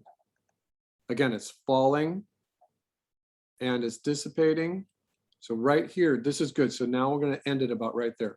Now 2 frames out, follow the arc of motion, let it fall and dissipate. Follow the arc of motion, let it fall and dissipate. And now just kind of think to yourself that there's some good shapes.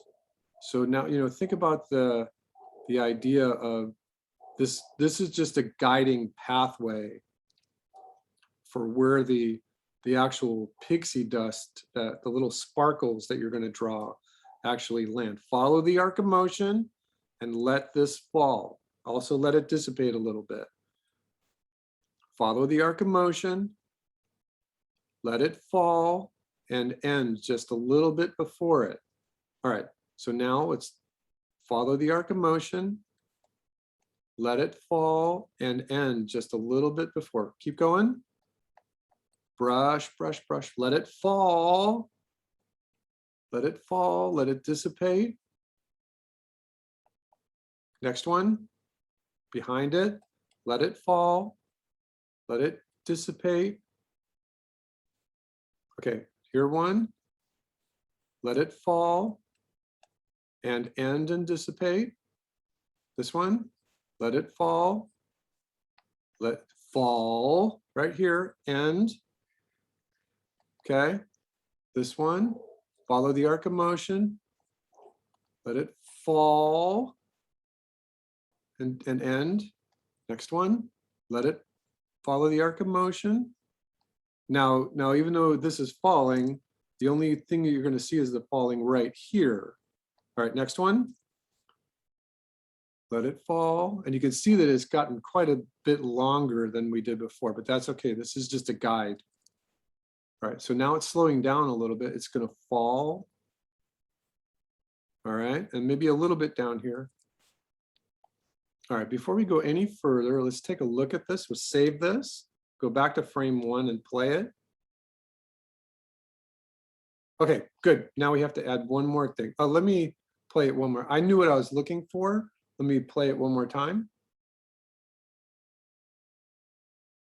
All right, so that's looking okay right there. A couple of things to consider. We're going to go back to our arc layer here. We're going to add in spread. The pixie dust spreads out. So if I want to go and look at my example again, so I don't know where I put it, this one. So you can see that there's a little tightness when the orb comes in from the right going to the left, but as soon as it starts gathering around her, it spreads out. Let's get it to play one more time. So right in here, it spreads out and it falls. And you're welcome to try this ice cream cake look if you want, but that would mean that, so this spread right here, and we'll put this in here too, that if you want to, you can try a stylized thing here. You can try ice cream. You can get a different look here, but in order to do that correctly, you're going to need to go to this dust T level here, and you're going to need to add, like we just said, we're talking about the spread and a stylized or ice cream. So with the brush on this layer, very carefully, I'm going to add in a little bit of spread on the top, just a little bit, and on the bottom. You don't want this thing to be a snake. You do not want this to look like it's a ribbon. You want it to sparkle. So there's going to be a little bit above and a little bit below, a little bit above and a little bit below, just a little bit. It's magic. Remember, you're playing with magic here. You also don't want it to be in exactly the same shape or the exact same form as the frames before or after it, because then it'll end up looking not like magic. So a little bit above, a little bit below. Again, a little bit above and a little bit below. A little bit above, a little bit below. Okay, you can see I'm doing this quickly. Oh, hold on a second. I made a mistake there. I'm going to Z this. I drew on the wrong frame. Let me go back and look. Okay, a little bit above, a little bit below. Next one, you have to make sure you're drawing on the right keyframe. All right, a little bit of pixie dust below, a little bit above, a little bit above, a little bit below, a little bit above, a little bit below. Sometimes there can be pixie dust in front of it. There can be like little pixie dust that leads the orb. That's fine. So you can put a little bit of stippling right there just to remind yourself. All right, so now right about this next frame, a little bit above and maybe a little bit more below right here, maybe a little bit in front. All right, so right about here, a couple more drawings. You have to do all of it at once now. So let's go through the little motion, the little mantra in our mind, our hand, a little bit above, a little bit below, falling, a little bit above, a little bit below, falling even more, a little bit above, a little bit below.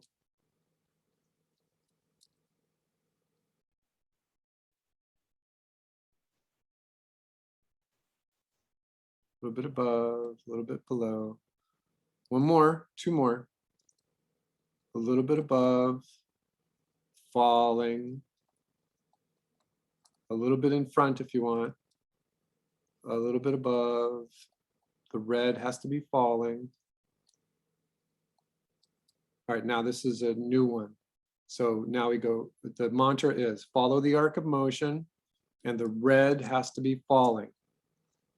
Now a little bit above and a little bit below. Keep the density the same. This is a new frame. Follow the arc of motion. The red has to be falling. I believe it's red in the rough animator application as well. All right, so I'm using my brush tool. Follow the arc of motion, a little bit above, a little bit below. The red has to be falling. It's going to be dissipating. Two more frames out. Follow the arc of motion. The red has to be falling. A little bit above, a little bit below, maybe a little bit more right there. Think about the shape. Think about your aesthetics.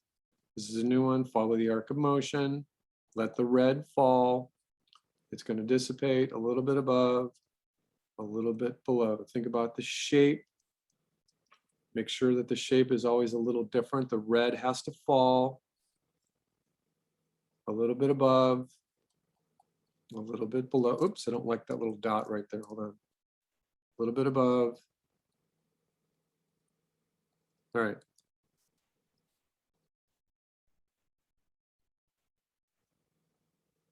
A little bit above, a little bit below. This is too much down here. I'm going to Z out of this. All right, so what I want to do is just hint that this is too long. You know, I don't want this thing to stretch out forever. I'll be drawing pixie dust until November. So whatever you drew in red has to fall, but we can compensate for that by lightening it up just a little bit. But keep going. All right, follow the arc of motion. The red has to fall. Let it dissipate. Let it fall. The red has to fall a little bit above, a little bit below. Again, when traditional 2D animators were doing this, they were doing this with the side of a blue pencil. They were just doing a little bit of shading just to get this little dust to look correctly.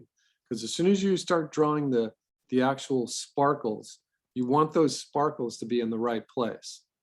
So you don't want to go at those little sparkles and have them be in the wrong place. All right, a little bit above, a little bit below. Keep going. A little bit above, below. Follow the arc of motion. The red has to be falling and dissipating. Now, just something to think about here. When the orb is going to stall around this arc and it's going to get really slow right here, you're going to have like a sparkler. It's going to be sending off pixie dust even though it's stopped.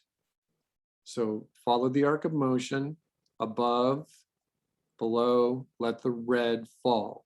For whatever red you have has to fall. Whatever part in red you had has to fall. Above, below, whatever's red has to fall. Follow the arc of motion, above, below, the red has to fall. All right, let's just save this. We've got about halfway through here. So let's just take a look at what we've got.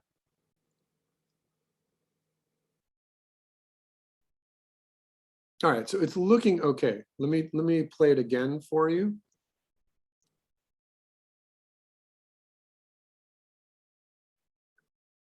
All right, so let me play it again, but I'm going to turn the arc layer off.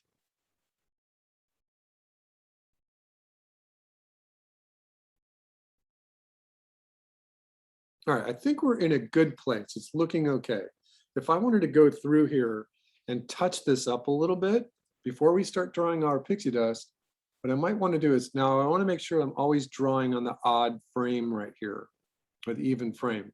So I'm always going to want to check in the corner of my eye that I'm drawing on the right frame. So I'm always going to go by twos. So I have my hand on the keyboard, forward arrow, and I'm always drawing by twos. So what I want to do here is just emulate a little bit of the magic that's going to happen by putting in just a little bit of dust in some open places.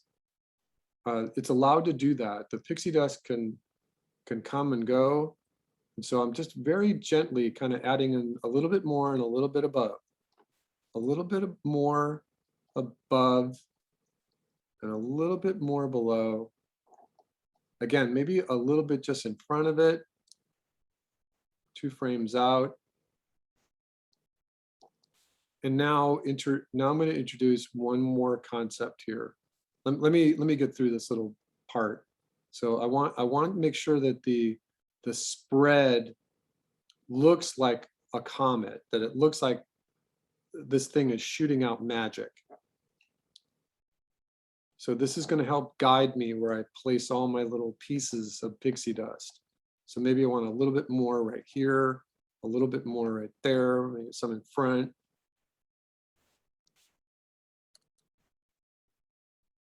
Make sure I'm drawing on the right frame.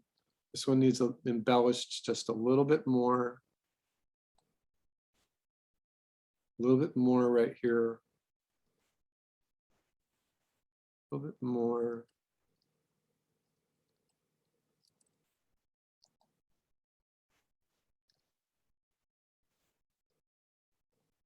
All right, so once again, one of the things that I'm looking at here is just the shape of the dust cloud itself.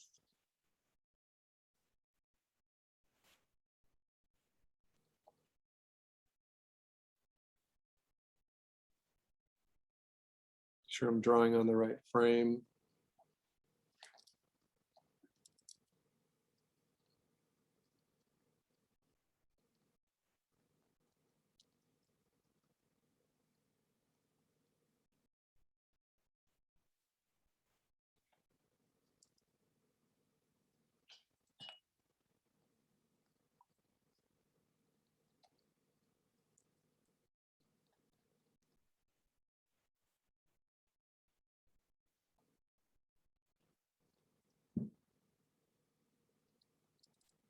All right, I think we're getting there.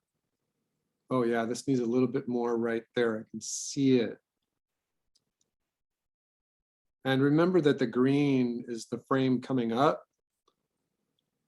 And one of the things that you try to avoid is drawing shapes or particles or pixie dust or whatever you'd like to call them in the exact same place, because then the apparent motion will stall.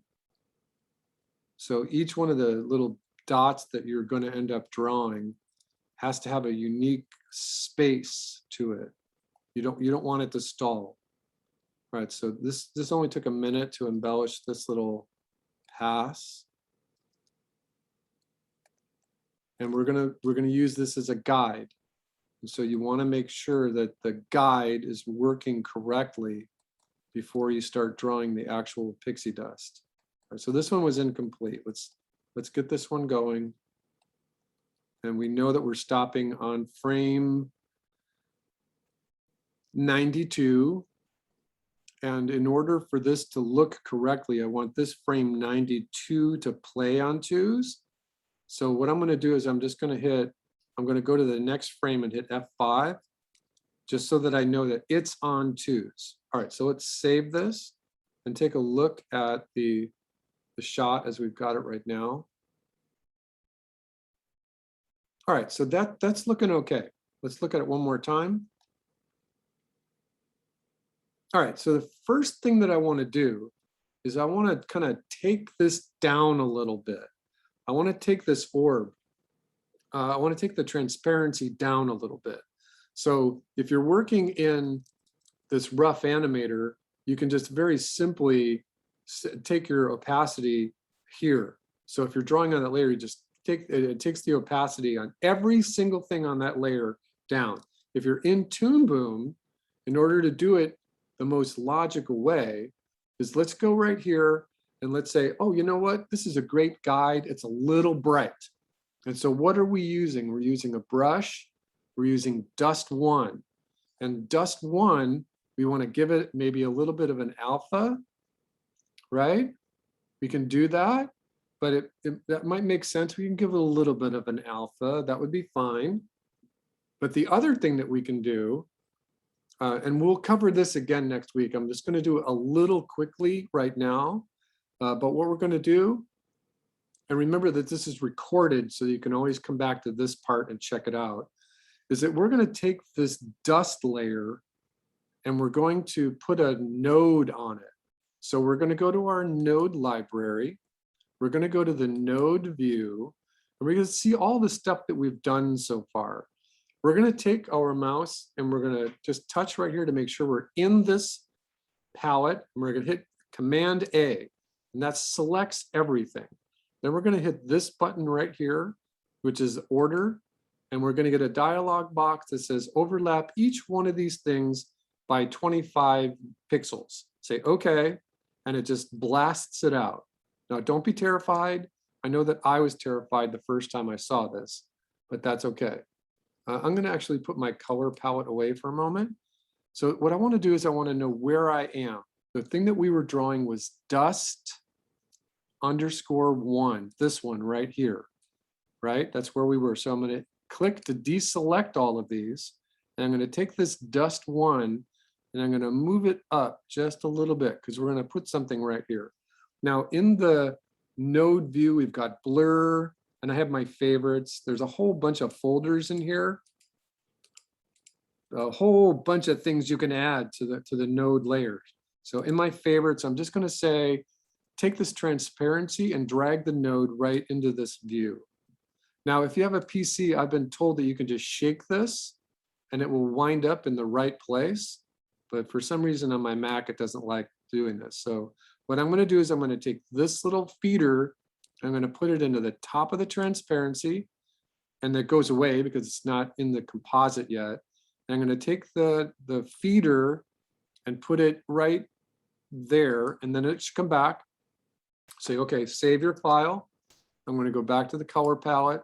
I'm going to go back to the timeline, and you can see now we've got a transparency node right here. And that transparency node belongs to just our dust layer. If I open this up, you can say, well, right now it's defaulted 50% transparency. So I'm going to go back to the beginning of the shot, and I'm going to hit play. And I'm going to show you that in the middle of the shot, if I hit this little flower button, this is what it actually looks like. So if I take this transparency and I grab it and I make it like to 40 something, let's make it at 44 and say enter, that it changes just a little bit. So I can take it, I could grab it and just move it like you do in After Effects. Oh yeah, this is behaving strangely. Oh, 0, that's right, this is backwards. I want to go the other way. So I want to go not 50% transparent, I want to go 60% transparent. So that's good, that's nice right there. Now remember that when you're in this OpenGL render mode right here, that it will not play. There's way too much for Toon Boom to think about, so it will not play. What you need to do is render a movie.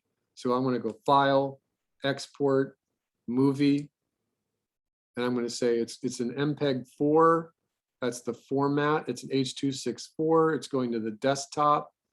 It's going from frame 1 to 240. That's fine. We're going to throw this away anyway. Say OK. It's rendering it. It's going to show up right here. Let's open this up. Let's take a look at what it looks like.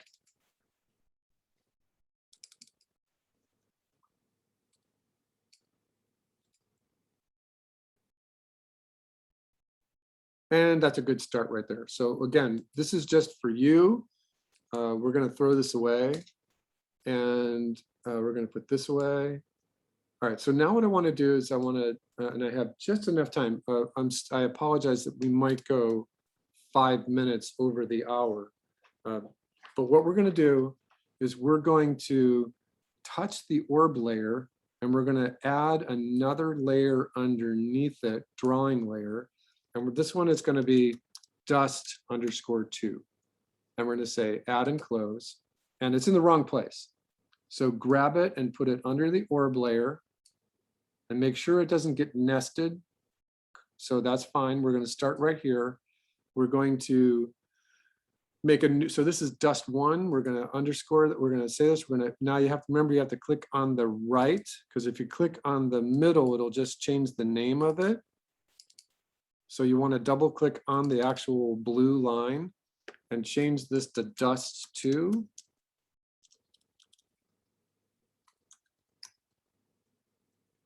And say, okay, so now let's just change this color immediately to something a little bit more yellow. Remember, the operative thing here is give the color the same name as the layer you're using, and always use as many colors as you want so you can manipulate it. All right, so now here are the rules. I'm going to go off of OpenGL back to, back to, this is OpenGL and this is render. I want OpenGL. So now, following your little dust cloud that you've got, we want to go to our pencil tool, and we want to pick, I have it defaulted, maximum size is 10 and smoothing is 5. It's just a regular sort of pencil number 2. Let's just take a look at it, and you want to draw little dots. So following this key, which I don't know why we can't see the key. Oh, I turned this off. So following your key, start to draw the little dots. And so now I'm just kind of randomizing. Even though I'm off the stage right now, I'm randomizing. So same thing in the timeline down here. This is a new layer. So just do a couple to set it. So just do like a couple of little dots, and then go to the next open so that you know that your keyframes are in the right place. So follow your dust cloud. If you need to take the transparency up a little bit more so you can see them. But the idea is that you're going to need hundreds and hundreds of these little dots. What I do is I'll do a pass on the small ones first, and then I'll do another pass for the medium ones, and just a few of the bigger ones, and very few little asterisks, and just a very few that are actually exploding. And we could talk about the popping or exploding stars next week. So the first pass on these little dots should be following your cloud. Now there's another little rule here. I'm going to draw this on the arc layer. And the rule here is that, let me find a good place for this. I'm going to put it up on the top. The rule of these little pixie dust is no 2 pixie dusts can be in the same place.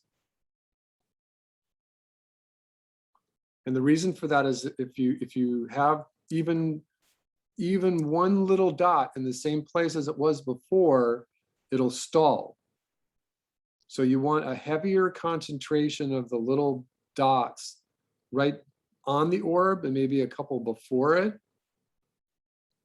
And it's going to take you a while, but make sure that you test your little cloud, your little dust cloud first, so that you know where the little dots go.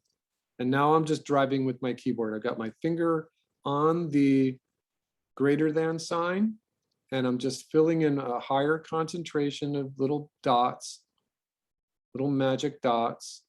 And you want to make sure you don't do this. You want, if you want to add that to your key where you're drawing just a couple of straight lines, that would be fine, but just make sure that you're not being too messy. Now, for some reason, it looks like I was still drawing on the arc here. So I'm going to Command Z this a little bit, because they're on the wrong layer. That's what I get for talking and trying to draw at the same time. All right, so I'm gonna go back to this one. And let's just draw a couple of dots. Oops, I don't like that one. Random, up and down, up and down, up and down. Spread them out. Next keyframe. Next keyframe. Now these have to go all the way back through the cloud. Next keyframe. Make sure you're drawing on the right layer. If you want, you can start to draw some of the, that's an error right there. I don't want that little scratch. I don't want that scratch. I want dots. I want magic sparkles. And again, this is gonna take a little bit more time than the other couple passes that we did. So if you need to zoom in on this, use your 2 key on the keyboard and just concentrate on what those look like. If you need to turn your onion skin off now and then because it's a little, the red is a little too bright or the green is a little too bright, you can do that with your node layer. But what you're trying to do now is you're trying to concentrate the same, the dots will be in the same place as the cloud that you drew. So make sure you're drawing on the right frame layer. And now you're concentrating the dots right behind the orb and then spreading out. You got to get some that go up, and you can even do this. You can even go, you know, that's what that 2 dots that I drew right there are not even part of the cloud that we drew. That's okay. That's what you want. You want that little sparkle. You want them to be above the cloud a little bit. You want them to be above and below the cloud, going back and forth, left and right and up and down. I think it's absolutely incorrect of you to go dot, dot, dot, dot, dot, dot, dot like this, because it's gonna look too mechanical, right? Go to the next frame. Concentrate right behind the little orb, and then no 2 dots can be on the red. You haven't drawn any green dots yet, and any of these have to fall. Oh, you know what? Those might have been on the arc layer. I'm going to get rid of these. Hold on a second.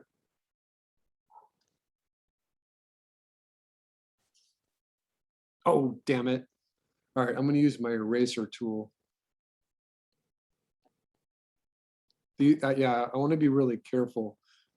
Sometimes it's hard to talk and draw at the same time. Even though they're on the arc layer and I can turn it off. Let me make sure. Oh, okay, I'm good. So I want to draw on the dust layer with my pencil. Make sure I got the right. All right, and then you continue. So the idea is that you, once again, this is just to reiterate, you want to concentrate the number of dots right behind the orb. And then each one of the red dots has to fall. And it's random. The air is pushing it around a little bit. And so now you can see that you get yourself into trouble if you don't get those, if you don't get that cloud in the right place. And if you don't get the sparkles to go above. For the most part, we can keep that cloud. In the traditional 2D animation days, we would not use that layer. It would be a piece of paper that was just in the rough pile, and we wouldn't use it. But anytime you drew a red dot, it's technically got to fall, and you cannot have any dot, any new dot on top of any of the old ones, because it will stall. And the best way to do this is just do like a bunch, go to the next frame, do a bunch again. Left and right, back and forth, get these to fall. And you know you're doing it right if you test it. So we've only drawn 12 of them. So let's just take a look at that first little bit. We're going to turn our arc layer off. And we're just going to see what the first 30 frames look like so far. Okay. What do we see? We saw the beginning of magic. It was working. let's turn our, well, this doesn't show when we play. Let's play it one more time. All right, so it's working pretty well. You know, I know that sometimes there's a delay in the Zoom playback, but let's just look at it one more time. All right, so I think it's working pretty well. I'm gonna put my cursor right here, and I'm gonna hit Shift M. I believe if you have your timeline selected and you hit Shift M, it's not going to do anything. You have to have your stage selected in order to hit Shift M correctly. Let's play it one more time just at full view. Yeah, I think it's totally working. And remember that there's some stuff. Oh, look what we did here. There's a big error right here. This frame right here is being held for way too long. So what I'm going to do right now is I'm going to hit Shift F5. It doesn't work that way. So what I'm going to do is I'm just going to take my cursor. I'm going to put it there. I'm going to Shift select those frames, and I'm going to delete those frames. So now this frame right here, I don't know what's on that frame. So let me turn it off and back on. I don't think there's anything there. So I can just grab this frame right here and wait for a moment, and I can move it to this position. So now you've got too many frames. So I'm gonna Shift select these and delete these. That's a right click, by the way, and delete those. So now I have the beginning. So I'm gonna save this. And so now the idea would be is that you have to, the first thing is to draw the arc. Draw your arc layer. Come on, Toon Boom. Draw the arc layer, and then draw the hash marks for the timing, and then draw one orb and copy and place it in the place where the orb goes. Test it, make sure it looks good. You can always go back to your Cinderella and say, how fast is it moving? What's the general speed? You do want some variety. So you want things to move a little quicker. You want places to move a little bit slower. So give yourself a variety of timing. And then as soon as you're happy with that, on another layer, go put your dust one layer. So, and just use your brush tool with a charcoal setting. I think it was charcoal. It's brush on cloth. And then just draw the main position of the cloud. Remember, it has to go above and below. It has to fall, all the things that we talked about in our notes. It's magic, it has to dissipate, it has to fall downwards. It's falling.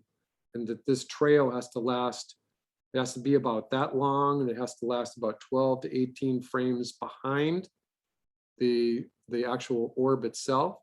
And so for next week, I would like to see that you've got all of that, the dust done, and that you've got this dust too, which is the actual pixie dust that you're drawing.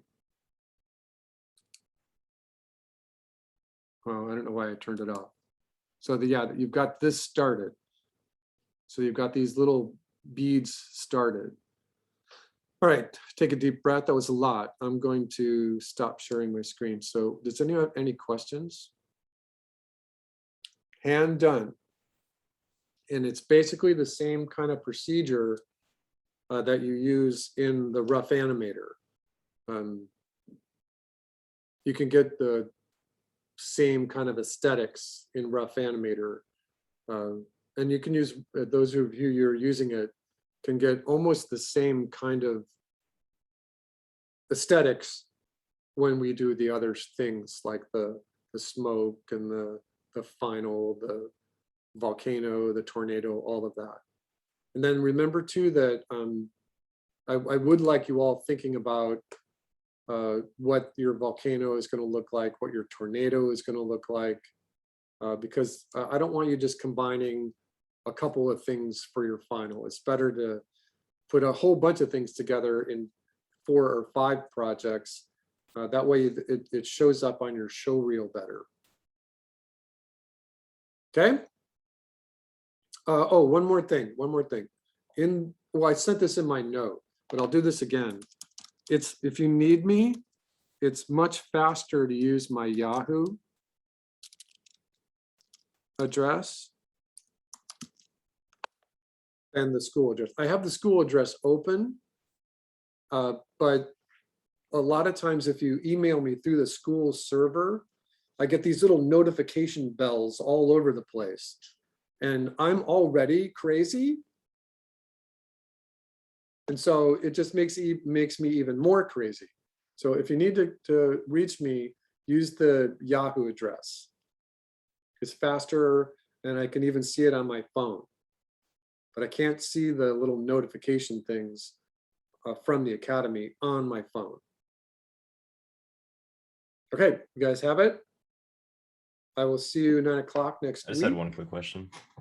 Okay, At what, I guess, how far along in the project should we be by next time we meet? well, we're going to spend a couple weeks on this pixie dust, so I would like to see the cloud. Well, actually, let's start at the beginning. Get your arc, get the timing, get the orb, and look at it. Is it too fast? Is it too slow? Do you have too many? If you have a lot of orbs and it's moving really slow, you're going to be really mad because you're going to be hundreds of thousands of little pixie dusts. So make sure it's moving about the same kind of speed that I did for you. One time, one student thought they were going to be clever and have that little orb go off into the distance, like in perspective. And it was like 15 seconds. And it was incredible. I mean, I think she finished it, but it took her 8 hours a day for 2 weeks.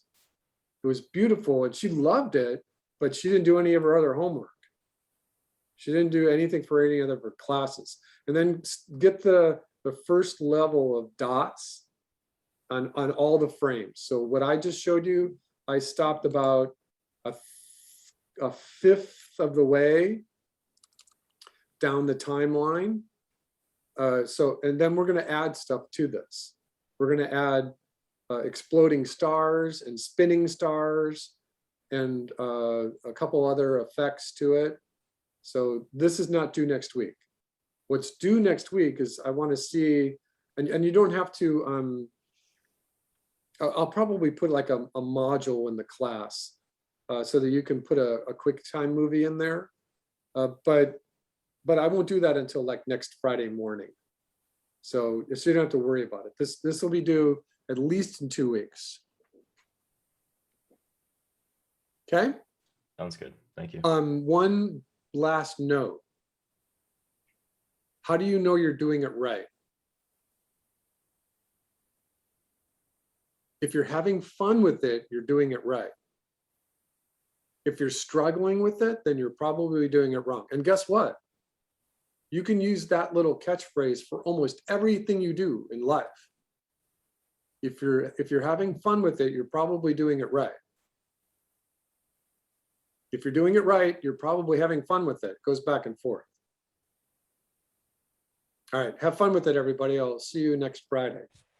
Thank you. I Yes. think still Yeah. had just one more question. Sure. How long in total it should be? How long what? How long of the Seconds? Yeah. Let me take a look.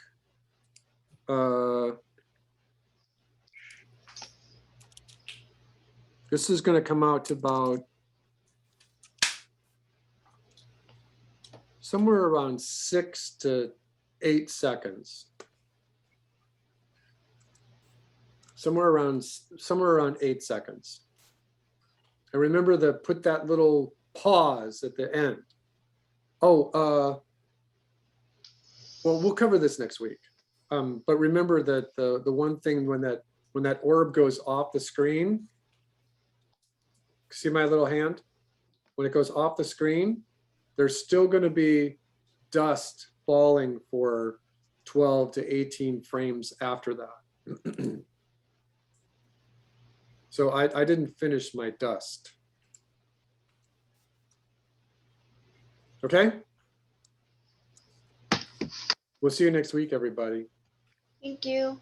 Okay, and a recording of this will be up in the discussion area in a couple hours. So I'm recording it, I'll put it on YouTube, and then I'll put that link in our discussion area so that you can always go back to it. Every single week, I'll put the recording on YouTube. And then you can see if you subscribe to that channel, you can see all the other ones. You can see what I've done for all the other classes for both the Academy and Kenyatta College. All right, I'll see you next week.